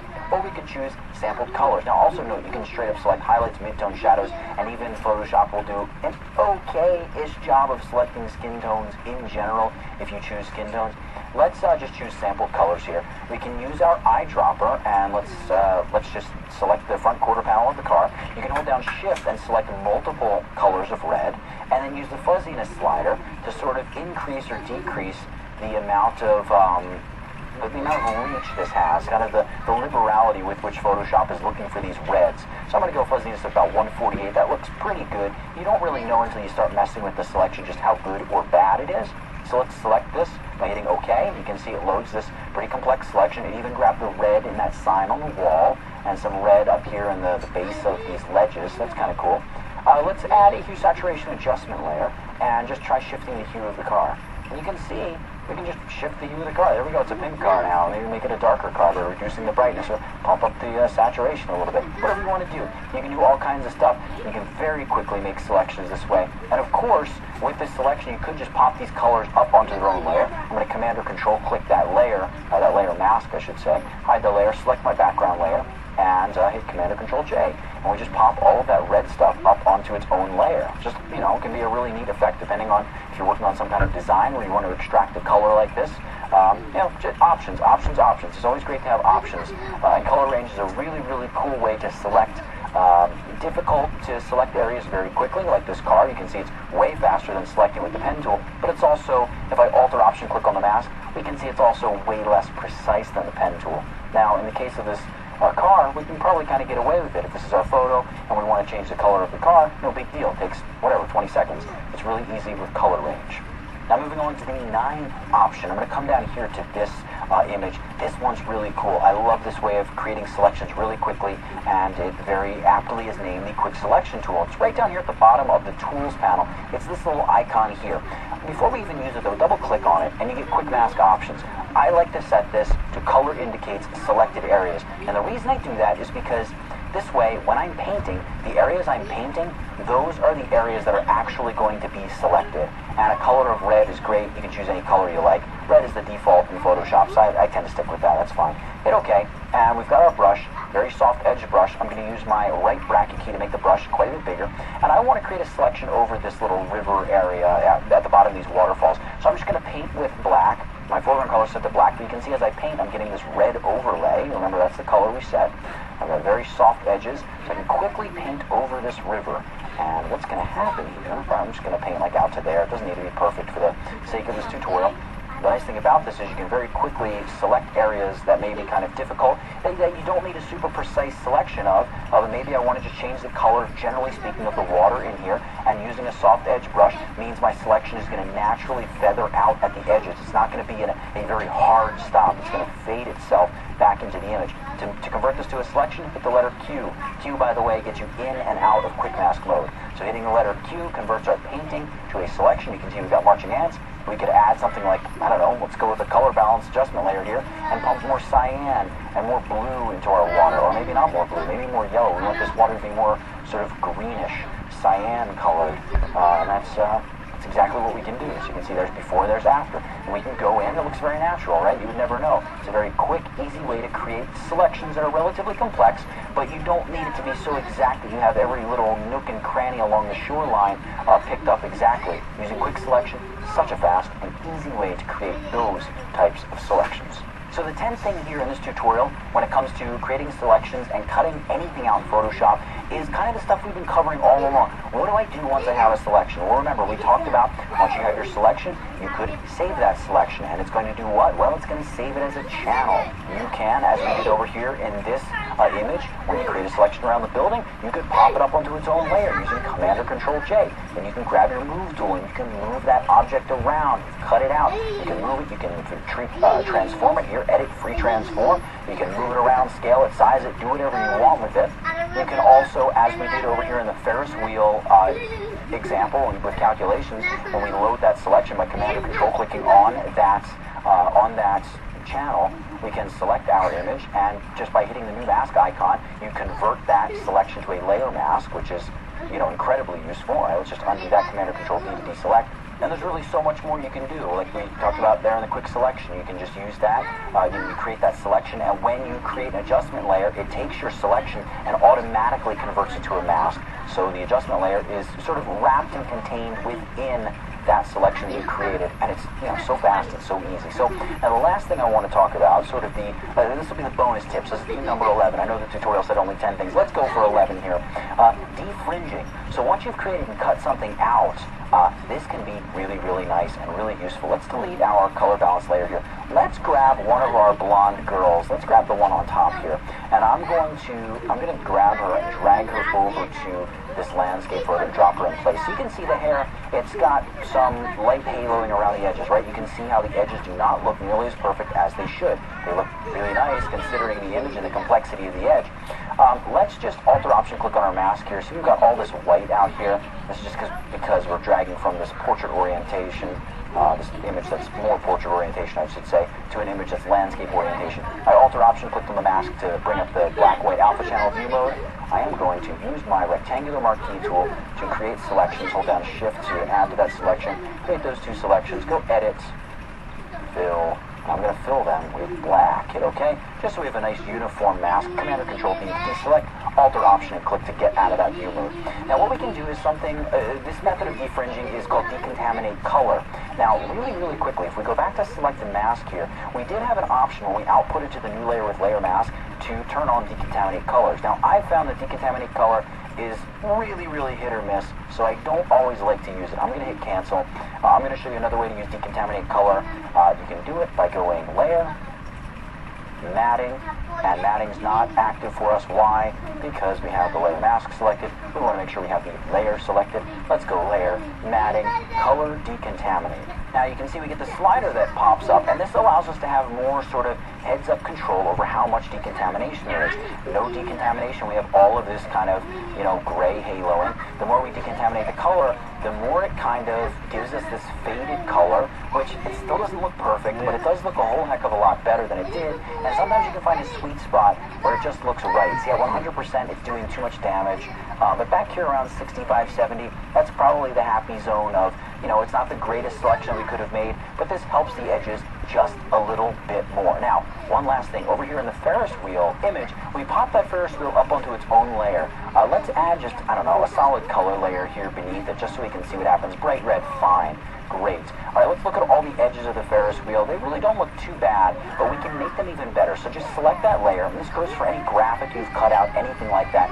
You can, again, go layer matting, defringe. And let's just defringe this, 1, maybe 2 pixels. I'll go 1 pixel, hit OK. And you're going to see, as you said, it was very subtle. Look at those edges. See how it just helps bring back the edges. It helps defringe and get rid of any little colored edges that are on those edges that just little tiny bit of black that's left behind, or a little tiny bit of white that's left behind, especially when you're doing something like this that has a lot of straight edges. Maybe you're cutting web graphics from one website out of something into another website into something, and you have a little fringe of some color left. Defringing works so amazingly well, and by the way, remove black and white matte also work really well for getting rid of just a little black edge or a little white edge that are left behind on your graphics as well. And just generally that stuff can be super duper useful. Man, it feels like we've been all over the place with this video. That's 10, no, 11, count them, 11.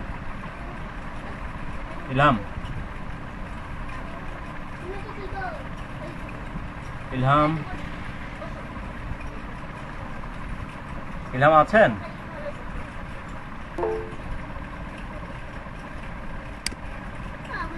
আচ্ছা, email সিগনেচারের design কয়জন করেছেন? গতকালকে যে ক্লাসটা নিলাম,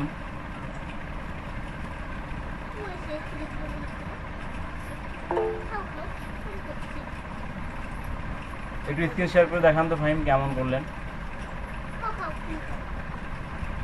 মাইক্রোফোনের problem maybe নাকি আপনার?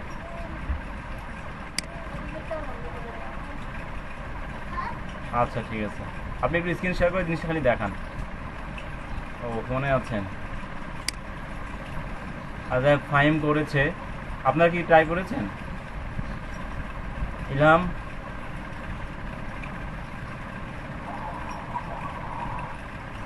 ইলহাম, শেফায়েত, ইয়াসির, রেজওয়ান।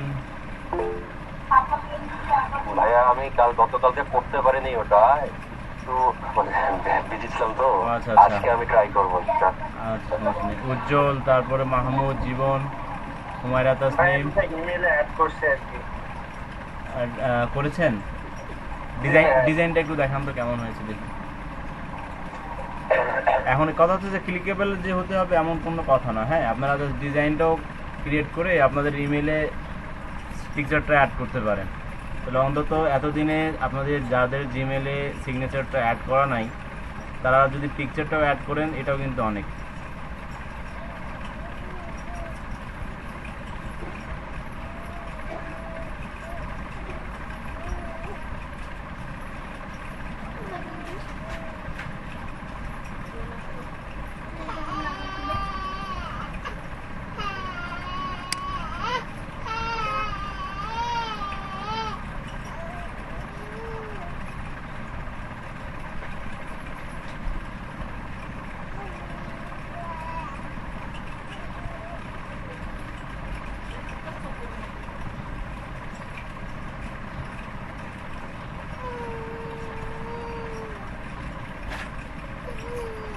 হ্যাঁ দেখেন, সুন্দর হয়েছে। দেখেন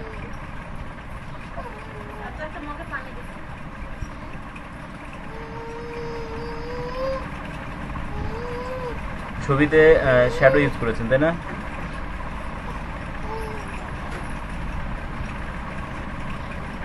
রাহেন মাইক্রোফোন অফ আছে।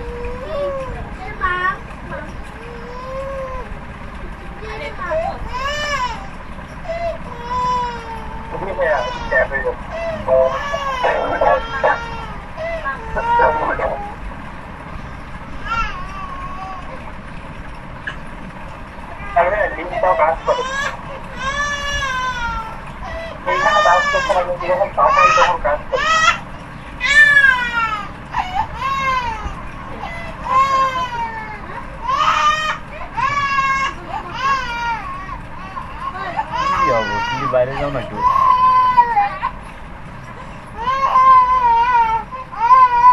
লিঙ্কটা কি ক্লিকেবল করেছেন? আচ্ছা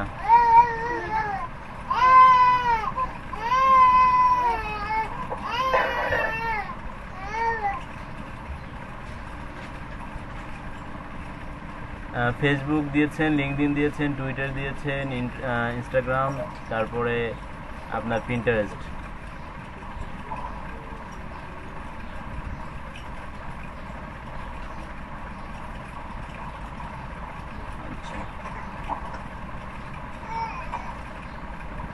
পাশে আপনি আরেকটা আইকন দিতে পারতেন, আপনার মেইলের আইকন দিতে পারতেন।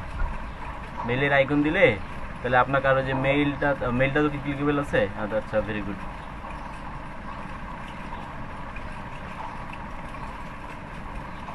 মেইলে ক্লিক করেন তো, লিঙ্ক আপ করে দিয়েছেন। আচ্ছা আচ্ছা দেখেন অনেক সুন্দর হয়েছে। কিন্তু এখানে আরেকটা জিনিস বলি রাহেন, হ্যাঁ, যে আপনি যখন আইকন ইউজ করবেন, হ্যাঁ, আইকন যখন ইউজ করবেন আপনার ফন্টের কালারের সঙ্গে ম্যাচিং রেখে আইকনটা ইউজ করবেন। আইকন কিন্তু অনেক কালারেরই আছে, হ্যাঁ। এই জায়গায় আপনারা যদি চান যে যেটার যে আইকন, যেমন ফেসবুকের যে আইকন সেটা ইউজ করলেন, লিঙ্কডইনের যে আইকন সেটা ইউজ করলেন। পিন্টারেস্টের কিন্তু আইকন আবার নীল না, পিন্টারেস্টের আইকন কিন্তু আবার আপনার হচ্ছে লাল মেবি, হ্যাঁ। এখানে আপনারা মানে যে ওয়েবসাইটের যে আইকনের যে কালারটা আছে সেই কালারটাও দিতে পারবেন, নো প্রবলেম।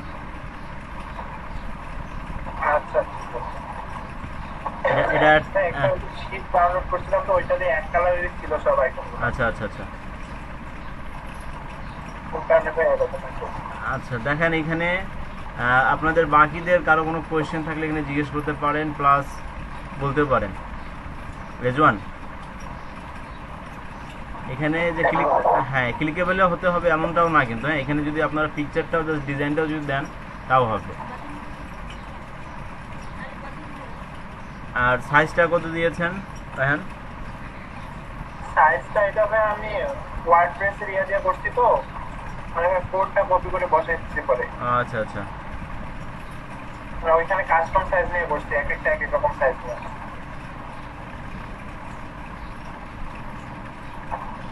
আর এই যে পরে টেক্সট গুলো নিচে হচ্ছে ইয়া থেকে আপনার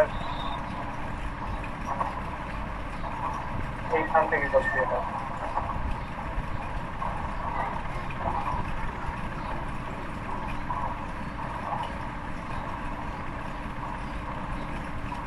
এখানে পরে টেক্সট গুলো বসাইছি।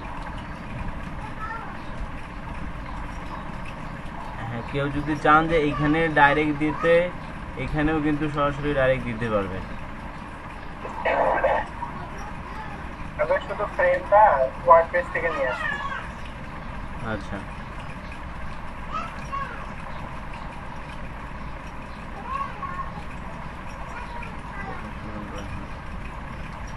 হ্যাঁ সুন্দর হয়েছে। এটা ট্রাই করেছেন কাউকে দিয়ে?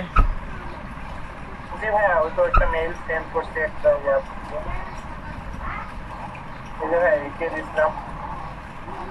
কাজ করতে ভাইয়া। আচ্ছা আচ্ছা যাই হোক, এখন উনি যদি এখন উনি কিন্তু একবারে আপনার সব ইনফরমেশনগুলো পেয়ে যাচ্ছেন। যে দেখা গেল যে যদি আপনাকে ফেসবুকে নক করা লাগে সে ফেসবুকে নক করবে, মেল যদি দেওয়া লাগে মেল দিবে, আপনার সোশ্যাল মিডিয়াগুলো ওইখানে অ্যাড আছে, প্লাস তার মনে করেন যে আমার যেটার দরকার পড়বে অ্যাকচুয়ালি আমি সেটাতে তখন আপনাকে সেভাবে নক করে দিতে পারবো। সুবিধাগুলো হচ্ছে এটাই। আর হৃদয় কোথায়? হৃদয় ভাই একটু ফ্যামিলিতে সমস্যা হয়েছে তো ওই মেবি আজকে জয়েন করতে পারবে না। আচ্ছা আচ্ছা আচ্ছা। ওই আমাকে জানাইছে। আর তো 3টা দিন, 2-3 দিন আর। আচ্ছা, আপনারা আর কে কে করেছেন একটু বলেন, সমস্যা নাই, না করলেও প্রবলেম নেই। এটা করলে আপনারা নিজে অ্যাড করতে পারবেন। মাহমুদ করেছেন কি? মাহমুদ,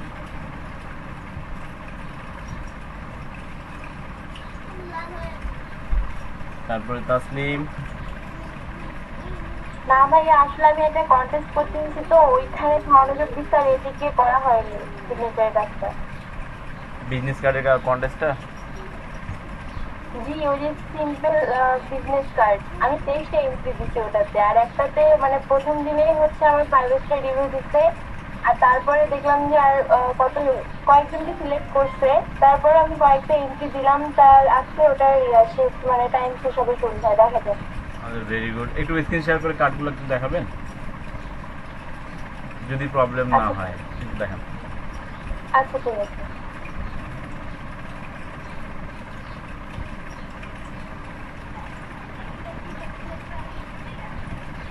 ফ্রিল্যান্সারটাও কিন্তু অনেকে ভুলে যায় না। পাশাপাশি দেখেন, আপনারা যদি প্রত্যেকটা মার্কেট প্লেস একটু একটু করে ট্রাই করেন, হ্যাঁ, আর্ন কিন্তু মনে করেন যে আহামরি কোনো ব্যাপারই না, আসতে বাধ্য হবে তখন। কিন্তু যদি ট্রাই না করেন তাহলে কিভাবে হবে? এই সম্ভব বলে, এই সম্ভব।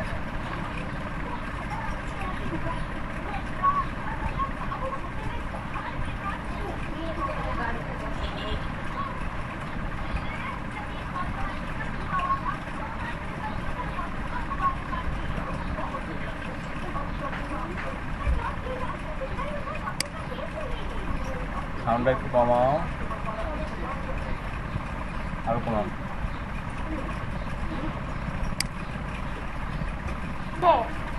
হ্যাঁ তাসলিম, দেখা যাচ্ছে।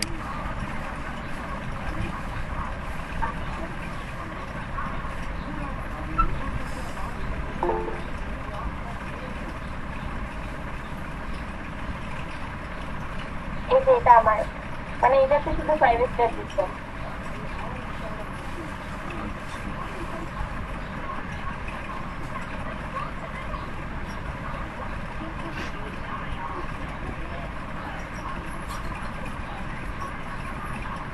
আপনি ওই যে আপনার এন্ট্রিতে যান, দেখি মাই এন্ট্রি।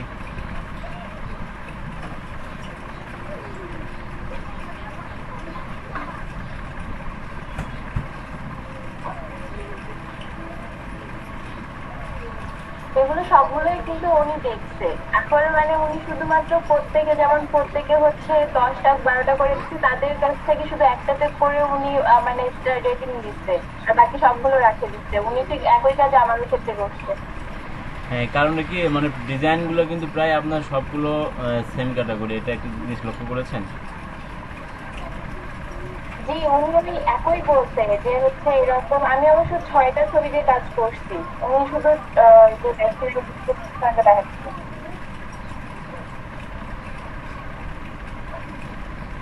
উনি একটু মানে পুরোপুরি বলে দিচ্ছে যে কি কি লাগবে ওনার।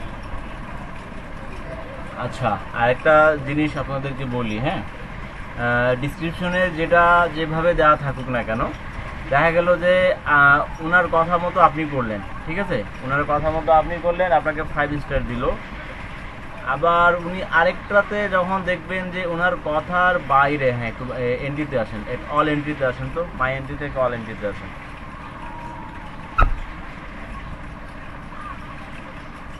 এখন ওনার কথার বাইরে যদি দেখবেন যে কাউকে যদি সে 5 স্টার দিয়ে থাকে, হ্যাঁ, তাহলে বুঝতে হবে যে তার ওই কালারগুলো পছন্দ হচ্ছে।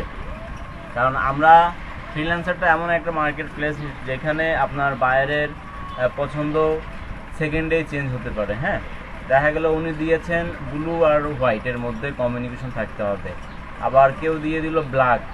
যদি দেখবেন যে আপনাকে 5 স্টার দেওয়ার পর ওনার কথার বাইরে যদি কেউ কাজ করে থাকে, তাকে যদি 5 স্টার দিয়ে থাকে, তাহলে মনে করবেন যে ওটাও তার পছন্দ, তখন ওই ক্যাটাগরির কার্ডগুলো করার চেষ্টা করবেন। এখানে প্রায় নিচে আসেন একটু।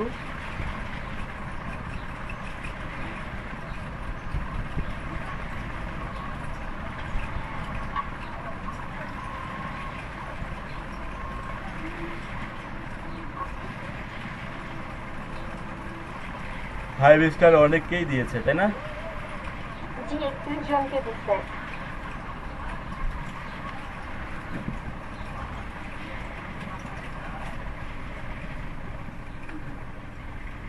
এই কন্টেস্টে ভাইয়া আমিও এন্ট্রি দিছিলাম, কিন্তু হচ্ছে যে পরে দেখলাম যে আসলে সিম্পল ডিজাইনের মধ্যে যা যা সম্ভব হয় সব রকমেরই এখানে দেওয়া হয়ে গেছে এবং ওনার এন্ট্রিও দেওয়া শেষ।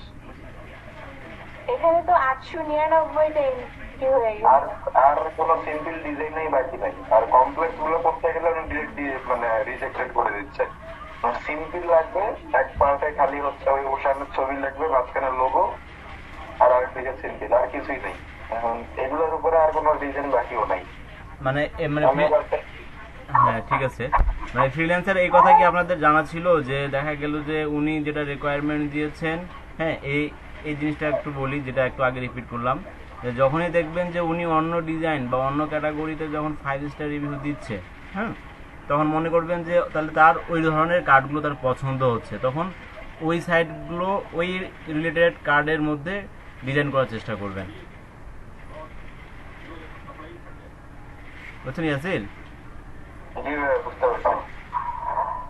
কারণ এটাই কিন্তু ফ্রিল্যান্সারে প্রায় এরকম হয়ে থাকে। মাঝে মধ্যে দেখবেন যে আপনি একটা কাজ করলেন, উনি ওনার ডিটেলসে দিয়ে দিয়েছে ব্লু হোয়াইট, কিন্তু ব্ল্যাককে আবার 5 স্টার দিচ্ছে। এখানে দেখেন আপনার লোগোগুলো কিন্তু একটু বড় হয়ে গেছে, ঠিক আছে?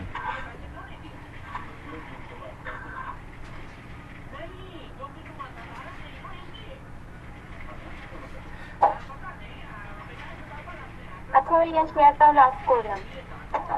আচ্ছা মাইরা ঠিক আছে। এই তো ভাইয়া আছি।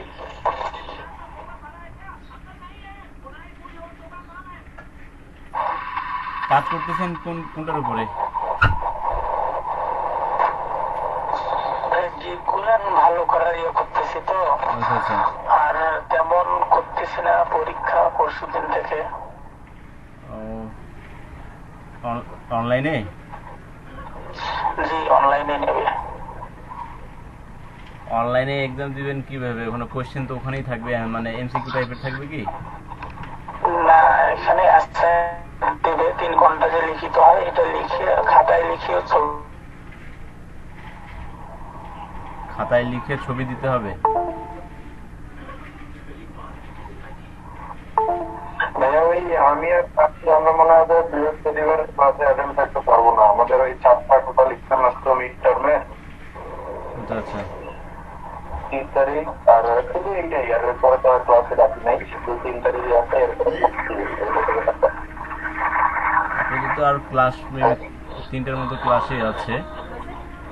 হ্যাঁ টাইম টোটাল 3 ঘন্টা, তো আমাদের 9টা থেকে আর কি 12টা পর্যন্ত। আচ্ছা এই এক্সামগুলো মানে কিভাবে দিবেন? ওটা ভাইয়া মেনলি হচ্ছে গুগলের মাধ্যমে, ওই গুগল ক্লাসরুমে ওরা কোশ্চেন দিবে,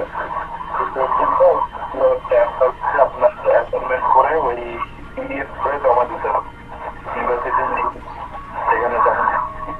তারপরে ওই অ্যাসাইনমেন্ট অনুযায়ী ওরা হচ্ছে নাম্বার দিবে, আবার দেন ভাইবা দিবে আর কি। লেখাগুলো মানে আপনাদেরকে তো ভিডিওতে মনে ই করবে নাকি? মানে আপনাদেরকে দেখবে তারা কিভাবে? ভিডিওতে তো দেখবে যে লিখতেছেন কিনা, তাই না? আচ্ছা আচ্ছা। আর লিখিতটা? লিখিতটা ওই পিডিএফ করে দিতে হবে, মানে নিজে খাতায় লিখে পিডিএফ করে দিতে হবে আর কি, জমা দিতে হবে দেখে দেখে।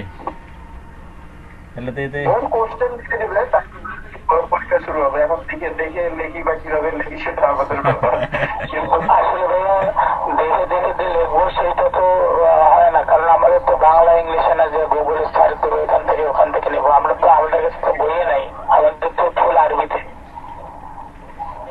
আরবিতে কিন্তু পাওয়া যায় মাহমুদ, এটা জানেন কি? আরবিতে পাওয়া যায়, কিন্তু এইসব বিষয় আসলে পাওয়া যায় না ভাইয়া ওইভাবে।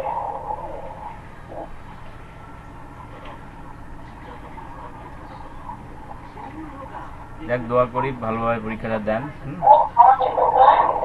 এটা কত মানে এটা কি মানে কত সেমিস্টার এটা যাচ্ছে? আমাদের এটা ফার্স্ট সেমিস্টার। সেমিস্টার।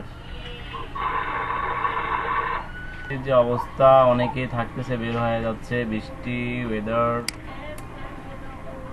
সব মিলে একাকার অবস্থা। ভাই আজকে খুবই খারাপ অবস্থা। আমি তো অর্ধেক কথা শুনতেই পারি না, মানে আমার নেটের প্রবলেমই, কেটে কেটে কথা আসতেছে।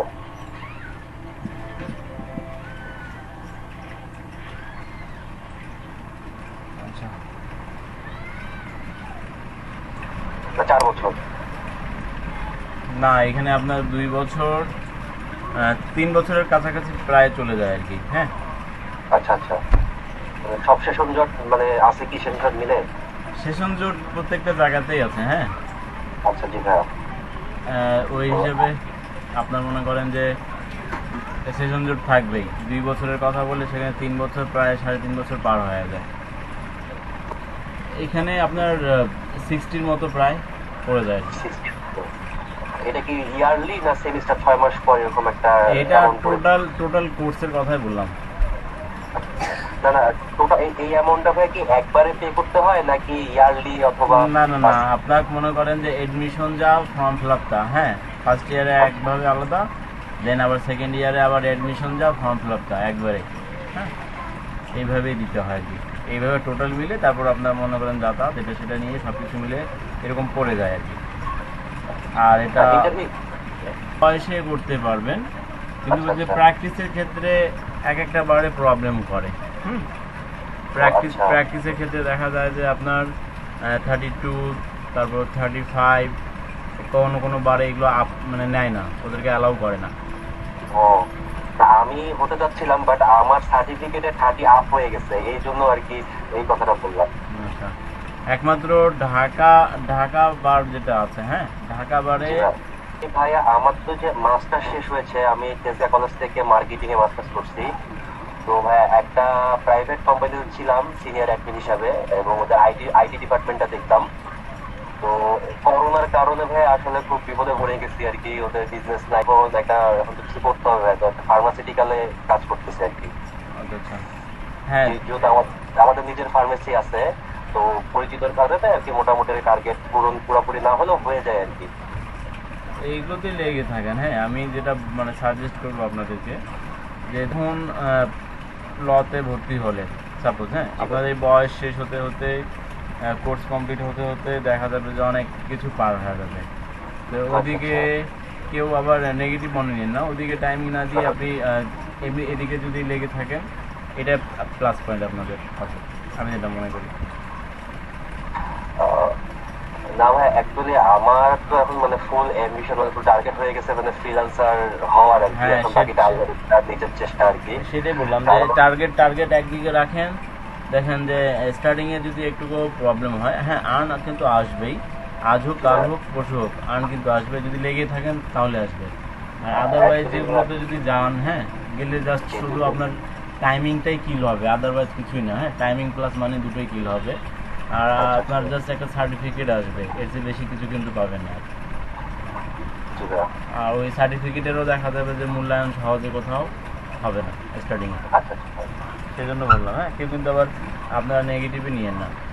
না ভাইয়া, এটা তো আসলে একটা পজিটিভ একটা বিষয়, কারণ বয়স বিষয়টা অনেক বড় একটা ম্যাটার করে। আমি নিজে ভুক্তভোগী, আমি জানি। হ্যাঁ, সেটাই, বাস্তবতাটা কিন্তু খুব কঠিন, এবং এটাই মনে করেন যে রিয়েল। হ্যাঁ, যারা অনেকে মনে করেন যে অলরেডি এগুলো সেক্টর থেকে পার হয়ে গেছে, যদি কাউকে জিজ্ঞেস করেন দেখবেন যে অনর্গলভাবে তার মানে কি বলি যে আত্মকাহিনী লিখে ফেলবে। অ্যাকচুয়ালি ভাই, যে ফ্রিল্যান্সার হতে যে মানে আমি সাইড থেকে কিছু হেল্প পাচ্ছি, আপনারা আছেন, আপনি আছেন, তো এই কারণে আর কি আমার এখানে আসার বেশি দিন থেকে না, জাস্ট 6 মাস থেকে আর কি। এতদিন তো ইউটিউব থেকে যা পাইতাম বা কপি করতাম, যাই শিখতাম, সাইজ টাইজ সম্পর্কে কোনো ধারণা ছিল না। সম্পূর্ণটা আর কি আপনার কাছ থেকে সাইজ টাইজগুলো দেখা। কথা হচ্ছে যে প্র্যাকটিস থাকবে, হ্যাঁ, প্র্যাকটিস করবেন। আপনাদের যে মানে কাজের যে কোয়ালিটিটা, হ্যাঁ, কাজের কোয়ালিটিটা অটোমেটিকলি ভাবে আসবে যখন আপনি রেগুলার একটা প্র্যাকটিস করতে থাকবেন। হ্যাঁ, এই যে কন্টেস্টটা দেখেন, কন্টেস্টে কত সুন্দরভাবে আপনার ইয়াসির পার্টিসিপেট করতেছে, তারপরে আপনার যে তাসনিম পার্টিসিপেট করতেছে, এটা যে মানে দেখে ভালো লাগে যে হ্যাঁ যাক অন্তত এই ব্যাচ থেকে কেউ না কেউ কাজটা তো অন্তত করতেছে, ফাহিম কাজ করে। আসলে ভাই ফ্রিল্যান্সারের কন্টেস্টটা আমি বুঝি না যে ক্লায়েন্ট কি চায়। আমি আমার অ্যাকাউন্ট হওয়ার আগে আমি আরেকজনের অ্যাকাউন্টে একটা কাজ করে দিয়েছিলাম, সেটা হলো আপনার একটা ইয়া বলতে থাকে ইউটিউবের কাভার ফটো। আচ্ছা তো ভাইয়া ইউটিউবের তো কাভার ফটোর একটা সাইজ আছে, মাঝখান দিয়ে কত টাকা সাইজ, উপরে 1400 বাই সামথিং।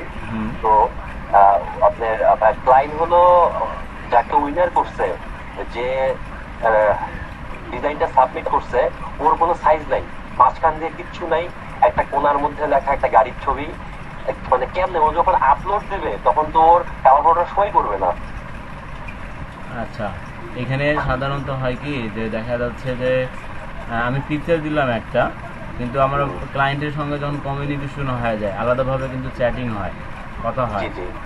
ইভেন আপনারা দেখবেন যে সেকেন্ড ব্যাচে আমার মানে আপনাদের সেকেন্ড ব্যাচে যে রকিবুল, যিনি ওই যে জিম স্যাভেজের কন্টেস্টটা উইন করেছেন, উনি কিন্তু কথাবার্তা সব কিছু ওই আপনার মেসেজেই কথা বলেছেন। ওনার এন্ট্রি যেটা দেখেন, ওনার এন্ট্রিতে কিন্তু কোনো স্টার দেওয়া নাই, এই জিনিসটা লক্ষ্য করেছেন? না আমি দেখি নাই, একটু দেখিয়ে যে এন্ট্রি দেওয়া নেই, কিন্তু ওনার কমিউনিকেশন হয়েছে, উনি যাবতীয় কিছু সব কিছু দিয়েছে। আরে মোহাম্মদ চৌধুরী এখন আসছেন, যাবতীয় কিছু ওনার সব কিছু এখানে উল্লেখ করে দিয়েছে। হ্যাঁ, তার কমিউনিকেশনটা হচ্ছে অনেক, যে কমিউনিকেশনের সময় আপনার যখন সাবমিট করে দিচ্ছেন মেসেজিংয়ে, তখন কিন্তু সেটা ওখানেই কিন্তু কথা হয়ে যাচ্ছে। আচ্ছা আচ্ছা, সেটাই আর কি। না উনি আর কি টোটালি আমি পুরো শক হয়ে গেছে যে ইউটিউবের কাভার ফটো তো এইভাবে হয় না অ্যাকচুয়ালি, আপলোড করলে তো পুরোটা আসবে না।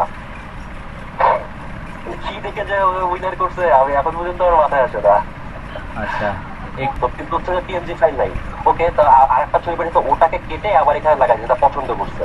তো সেকেন্ড টাইম বলছে আচ্ছা ওকে জানাবো, সেকেন্ড টাইম আবার ড্রপ করছে, পরে ইন্টারভিউ দিচ্ছে, বলছে যে একটা নাম দিছে, আপনার ওটার নাম দিচ্ছে হলো পুমাস ল্যান্ড। তো ওটা একটা লোগো তৈরি করতে হবে, লোগো তৈরি করে ওদের একটা বিজনেস কাভার ফটোর মধ্যে তৈরি করে অ্যাড করে দিতে হবে। তো অ্যাড করে দিলাম, তো ওটা পছন্দ করছে, তো করার পর আমাকে টার্ন করছে। তারপরে ভাই ঈদের পরে আবার আমাকে নক করছে, ফোন দিছে। তো ফোন দিয়ে আমাকে বলতেছে আচ্ছা ঠিক আছে, আপনি কোথায়, আপনি মানে পরশু দিনে আমাদের এই কোম্পানি জয়েন করেন, মিতালি গ্রাফিক ডিজাইনার ভাই। ওরা মেনলি যে আমার ইন্টারভিউ ক্যানাডায় থাকে, তো ওরা সম্ভবত ভাই যে এসিও টিসিও করে আর কি। তো স্যালারি স্ট্রাকচারও ভালো ছিল। তো এখন ফোন দিয়ে বলতেছে আপনি আসলে আপনার ল্যাপটপটা নিয়ে আসেন। তা আমি বললাম যে আমার তো ল্যাপটপ নেই, আমার ডেস্কটপ। আপনার ডেস্কটপটা নিয়ে আসেন। এখন আমি বললাম যে আমি ডেস্কটপ কেন নিয়ে যাবো, তা আমাদের এখানে জব করতে হলে ডেস্কটপ লাগবে। না আমি তো আমার ডেস্কটপ নিয়ে গিয়ে জব করবো না, এটা তো পসিবল না। হ্যাঁ সেটা তো, ওখানে জব তো আপনার করবেন ভালো কথা, কিন্তু সেখানে তো আপনাকে দিবে, নিজস্ব ভাবে দিবে, আমি বলছি যে আমি আমার ডেস্কটপ আমি আমার কিবোর্ডটাও নিয়ে যাবো না, কারণ ওটা তো অফিস, আমি তো জব করে আসছি আগে অফিসে। কারণ ওরা নতুন ভাবে শুরু করছে, তো এখন মানে একটা তো ডিভাইস তৈরি করতে প্রায় 1 লাখ টাকার মতো লাগবে আর কি, মনে করেন একটা গ্রাফিক্সের উপর ইয়ে করতে গেলে। এটা সেভ করার জন্য মানে কি বলবো ভাই আসলে। তারপরে অফার করছে আপনারা যা কাজ লাগে আপনি আমার স্কাইপেতে বা মেইল করে দেন, আমি কাজ করে দেবো। সেক্ষেত্রে আপনারা যে স্যালারি এখন আমাকে দেবেন সেটা একটু কমায় দেন বা এত টাকা ইয়ে করেন, তো তাতে ওরা রাজি হয় না। ওকে ঠিক আছে, জানো আপনারা অন্য ভাবে খোঁজেন। ওই যে মানে উভয় নিয়ে যেতে হবে, এটা পসিবল না। আসলে ফাইজলামো ছাড়া কিছু না, মেজাজটা খারাপ হয়ে গেছিল। দেখেন রেজওয়ান, ইউটিউবের কভার একটা, হ্যাঁ জি জি, দেখেন এটা ইউটিউবের কভার, এটা আমার একটা ক্লায়েন্টের কাজ। হ্যাঁ, সিম্পলি জাস্ট চেয়েছিল, কিছুই নাই কিন্তু। হ্যাঁ জি, এখন দেখেন এটা তো আমার এটা মূল স্ট্রাকচার, কিন্তু আমার ইউটিউবে কিন্তু শো করবে জাস্ট এইটুকু অংশটুকু। এইটুকু শো করবে, কিন্তু এগুলো শো করবে না। আমি যদি আপনার ইমেজে যাই, হ্যাঁ ইমেজ সাইজ যদি দেখি, ইমেজ সাইজ আমার দেখেন আপনার 2560 বাই 1440, হ্যাঁ রেজুলেশন 72। এটা অ্যাকচুয়ালি 72 দিয়েছি। এই 72 ইনার রিকোয়ারমেন্ট ছিল যে আমাকে রেজুলেশনটা 72ই দিতে হবে, ঠিক আছে।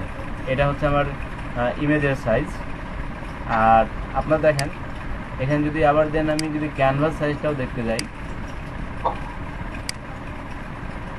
ক্যানভাস সাইজটা হচ্ছে 2560 বাই 1440। এখন আমার যা ডিজাইন হবে, হ্যাঁ, এটা কিন্তু আপনার চ্যানেল আর্ট, মূলটা হচ্ছে আপনার ইউটিউবের চ্যানেল আর্টের, কিন্তু কাজ করতে হবে আপনার এইটুকু জায়গাতে। হ্যাঁ, আমরা যদি আপনার হ্যাঁ আমরা যদি মনে করেন যে ব্রাউজ যদি করি, আপনার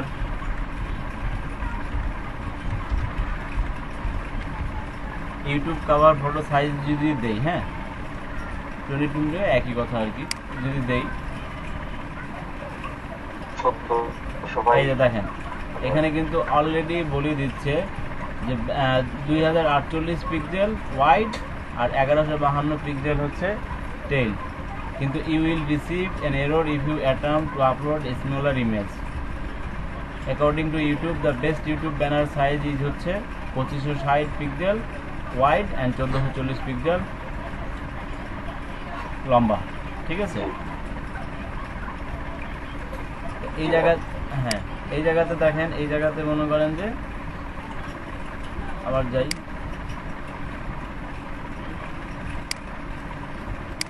এটা মূল লেয়ার অ্যাকচুয়ালি, দেখেন এটা মূল লেয়ার। এটা যদি আমরা আপনার সাইজটা যদি দেখি,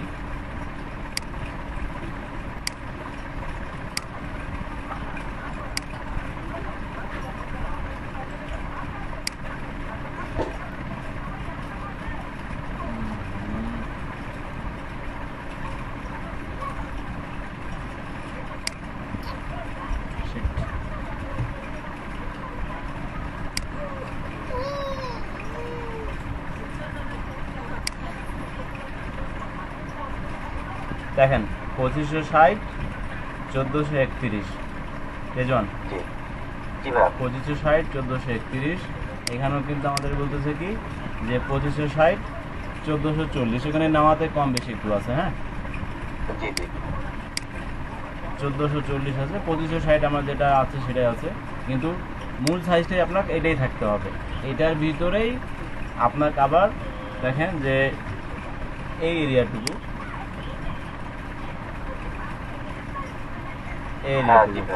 এই যে 2560 দেখেন এখানে কিন্তু ওয়াইড 2560 দেখাচ্ছে, হ্যাঁ, আর হাইটটা দেখাচ্ছে আপনার যে 456। আপনাকে এটার মধ্যে কিন্তু কাজ করতে হবে।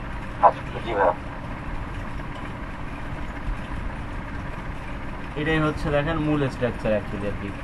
আর আপনার ইউটিউবের ভিতরে এই যে যেমন এটা সেভ জোন, হ্যাঁ, এটার ভিতরে কিন্তু আপনার দেখেন এটা সব কিছু করতে হবে। এটা তো বাড়তি থাকলোই, কিন্তু এটার ভিতরে কিন্তু যা করতে হবে আপনার এই বক্সের ভিতরে করতে হবে। বাড়তি তুলে এটাও নিতে পারবেন, কিন্তু এর বাইরে যেতে পারবেন না, কারণ এখানে আপনি মোবাইলে দেখবেন, টিভিতে দেখবেন, তারপর ডেস্কটপে থাকবে। হ্যাঁ, তাহলে দেখেন এখানে কাজটা কি আছে, জাস্ট সিম্পল একটা কাজ ওনার যেহেতু ছিল। হ্যাঁ, এখানে জাস্ট দেখেন কিছুই না, ওনার জাস্ট একটা লেখাটা লিখে দিয়েছি। এখানে ওনার এইগুলো কাজ করে ওনাকে দেখানো হয়েছে, ওনার একবারেই কালার পছন্দ হয়েছে, মানে এনার এই কালারগুলো এনার ফেভারিট ছিল, যে এটার মধ্যে এটা এরকম থাকতে হবে, এই জায়গায় ছবি থাকবে, কিছুই না, জাস্ট ওনার নামটা থাকবে আর উনি জাস্ট ওনার যেটা ওয়েবসাইটটা আছে সিম্পল একটাই আছে। হ্যাঁ, এটাই মনে করেন যে আপনার $50 একটা কাজ, 50, হ্যাঁ, নট 15, 50, হ্যাঁ 50 এটা করে দিয়ে দিয়েছি।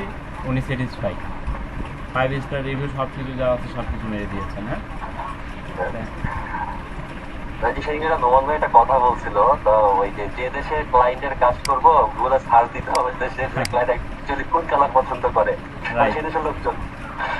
কথাটা খুব ভালো লাগতো আর কি, ওইটাই অ্যাপ্লাই করা উচিত না। আমরা তো রেড, আমাদের চোখে যেটা রেড, হ্যাঁ, এটা বাইরের চোখে কিন্তু সেটা আবার মানে রেড না। জি জি জি জি। তারপর দেখেন এই যে অনলাইনে যেটা ই করবেন, আপনাদেরকে বলি যে ফ্রিল্যান্সারগুলোতে অন্তত কন্টেস্ট অ্যাটেন্ড করেন, ফাইবারে দেন, তারপরে আপনার মার্কেট প্লেসগুলো যেগুলো আছে এগুলোতে যদি করলে আপনাদের কাজের এটা বাড়বে, কাজের যে কোয়ালিটিটা আছে সেটা বাড়বে। ইভেন যদি দেখেন কেউ যদি আপনার ফ্রিল্যান্সারে যদি কন্টেস্ট করে, সে এক পর্যায়ে দেখবেন যে তার কাজের কোয়ালিটিটা মানে এমনিতে ইউনিক হয়ে আসবে, কারণ সে একটা না একাধিক ডিজাইন সে সাবমিট করতেছে। তার মাথায় তখন একটা জিনিস খাটে যে না আমি এইটা কেন ও যদি আরেকজন যদি মানে উইন হতে পারে, আমি কেন হতে পারবো না? এই জিনিসটা যখন চলে আসে মাথায়, তখন দেখবেন যে একটার পর একটা সে ডিজাইন করতেছে, আপলোড দিচ্ছে, ডিজাইন করতেছে, আপলোড দিচ্ছে। ভাইয়া আমি কি স্ক্রিনটা শেয়ার করে দেখাবো এই ইউটিউব যেটা আমি করেছিলাম? হ্যাঁ অবশ্যই দেখান, দেখি এখন কি অবস্থা ওটার।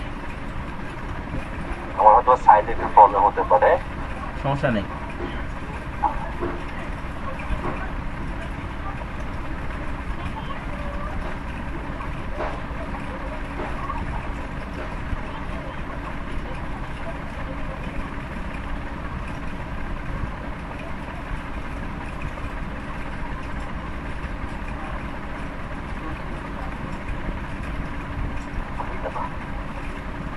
এটা ভাইয়া?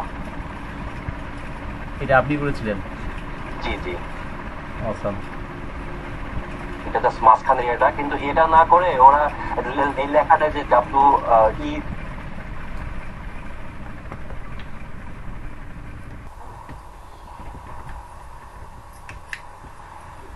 এই যে ভাইয়া ওরা আর যে উইন করছে না ভাইয়া, কিছুটা এইরকম, মানে এরকম বলতে কি এটা তো কোনো সাইজ নেই, এরকম ইউটিউবের কিছু না, আমি এটা এমনি ডিজাইন করছি পরে। আচ্ছা। আর মাঝখানে কোনো সাইজ নেই, এরকম উপরে একটা গাড়ির ছবি দিয়ে আপনার জাস্ট একটু লিখে দিছে, পরে ওকে উইন করছে। যখন সে ইউটিউবে আপলোড দেবে তখন তো তার তো মাঝখানে এটা আসবে না, বুঝলাম না এটা ওর ক্লায়েন্টের খায়নি।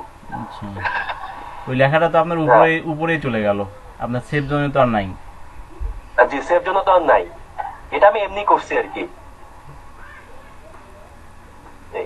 ইভেন ট্রাইও করতে পারেন ওটাকে, যদি আপনি আপনার ইউটিউব কাভারেও যদি সেট দেন, হ্যাঁ জি, এটা আসবে না, আসবে না।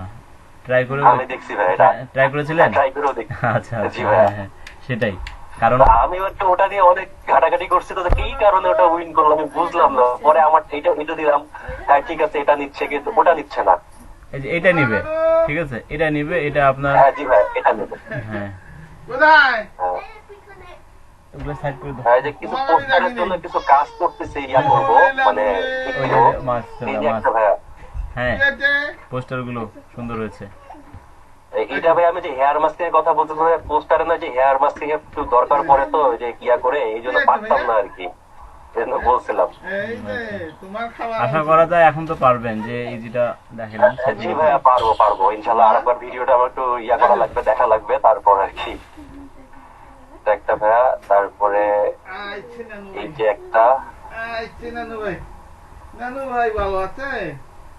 ওগুলো কিন্তু অ্যাড হিসেবেও কিন্তু কাজে মানে আসে। জি ভাইয়া বললাম যে অ্যাড হিসেবে কিন্তু ওগুলো পারফেক্ট। অ্যাড হিসাবে? হ্যাঁ হ্যাঁ অ্যাড দেখেন না যে অনেক সময় আপনার ফেসবুকে অ্যাড দেয়, তারপরে সে অ্যাড দেয়, হ্যাঁ ওটা ডিজাইনের জন্য জি কিন্তু ভাইয়া। পারফেক্ট। এইটা অবশ্য কপি, এটা আসলে আমার নিজে থেকে আসে না, এই কপি করছি এটা। আচ্ছা যাই কপি করছেন, তো এই কপিটাও কিন্তু, কপি করাটাও কিন্তু একটা বিশাল বড় একটা পাওয়া, এটা জানেন? যে কপি করে করে যে, হ্যাঁ জি জি জি, হ্যাঁ যাই হোক, কারণ কপি করে করে কিন্তু আস্তে আস্তে শেখা যাবে। এখন দেখা যাচ্ছে যে আপনি যদি কপি করতেই না শেখেন, তার কাজের ইউনিকটা এমনিতেও আসবে না। আমি তো ভাই সত্যি কথা বলতে কি এখন পর্যন্ত ক্রিয়েটিভিটি আসে না, মানে এত ডিজাইন দেখে মাথার মধ্যে আসে না যে আমি অ্যাকচুয়ালি করবোটা কি। সেজন্য তো বলি যে অ্যাট ফার্স্ট আগে কপি করা শেখেন। যারা বিজনেস কার্ডের প্রবলেম, যারা বিজনেস কার্ডগুলো দেখেন, দেখে দেখে সেম টু সেম করেন, কপি করা শিখলে এমনিতে কিন্তু ক্রিয়েটিভিটিটা আসবে। এটাও অ্যাকচুয়ালি কপি, কিন্তু ওই যে আপনার মডেল গুলো, তারপর লেখা, তারপর উপরে যে বিঙ্গো এগুলো সব চেঞ্জ আর কি, অন্য ইয়েটা দিছি।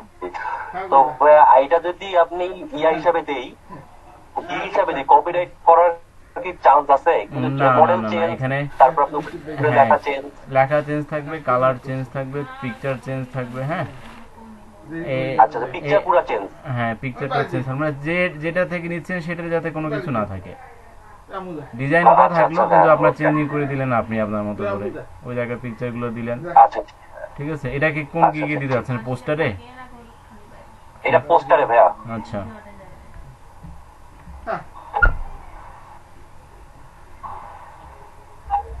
যেটাতে উইন করেছিল ওটার কোনো ছবি টবি আছে নাকি? নিয়েছিলেন? না ওটা ছবি নাই, আমার লিংকটা ছিল আর কি, ইয়াদ হয়ে গেছে আর কি। আর চিনলাম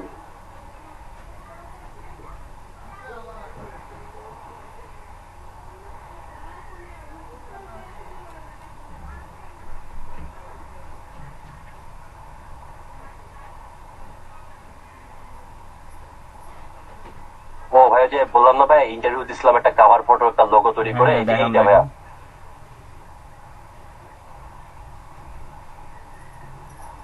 ফেসবুক কভার ফটো বিজনেসের জন্য। আচ্ছা। মানে লোগো তো করতে পারি না ভাইয়া তখন আসলে ভাবে যা পাইছি আর কি করে দিচ্ছি আর কি ভাই। ওটাই যে একটা তো বুঝাই দিতে হবে।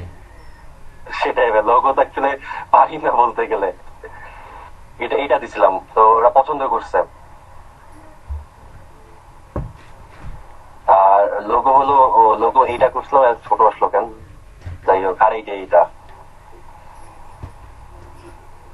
মানে লেখার উপর যা পারছি আর কি।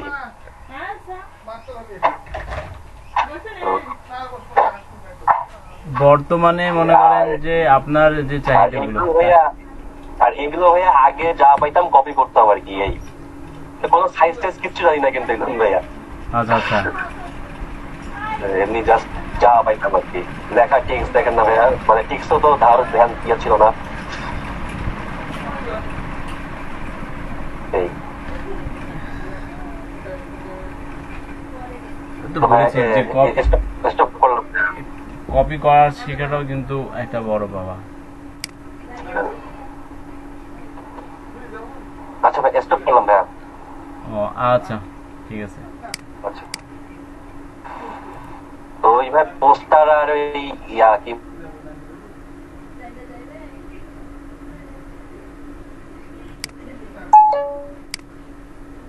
ইউটিউব কাভার ফটো পরে, তারপরে ফেসবুক কাভার ফটো পরে, তারপরে হলো টুইটারের পরে। অ্যাকচুয়ালি ওখানে কি মানে গিকগুলো কি ফেসবুক কাভার ফটো একটা, ইউটিউব কাভার ফটো একটা, তারপরে টুইটার একটা, এইভাবে দেবো? সোশ্যাল মিডিয়া কভার দিলে না সোশ্যাল মিডিয়া কভার দিবেন, তাহলে সোশ্যাল মিডিয়ার মধ্যে সবকিছুই পড়তেছে। আচ্ছা, তাহলে আমি গিগের মধ্যে কি কি ইমেজ গুলো কি কি দেবো? ইমেজগুলো আপনি কিন্তু একটা ফেসবুকে নেবেন, একটা ইউটিউবে নেবেন, হ্যাঁ, একটা টুইটারে নেবেন। সোশ্যাল মিডিয়া তো অনেক কয়েকটা আছে, ঠিক আছে, এগুলো নিয়ে অ্যাড করে দিবেন, তাতেই হবে। সব দেওয়া যাবে না ভাই? হ্যাঁ অনেক হ্যাঁ যাবে হ্যাঁ, সব। দিতে পারবেন। আচ্ছা আচ্ছা আচ্ছা ভাই।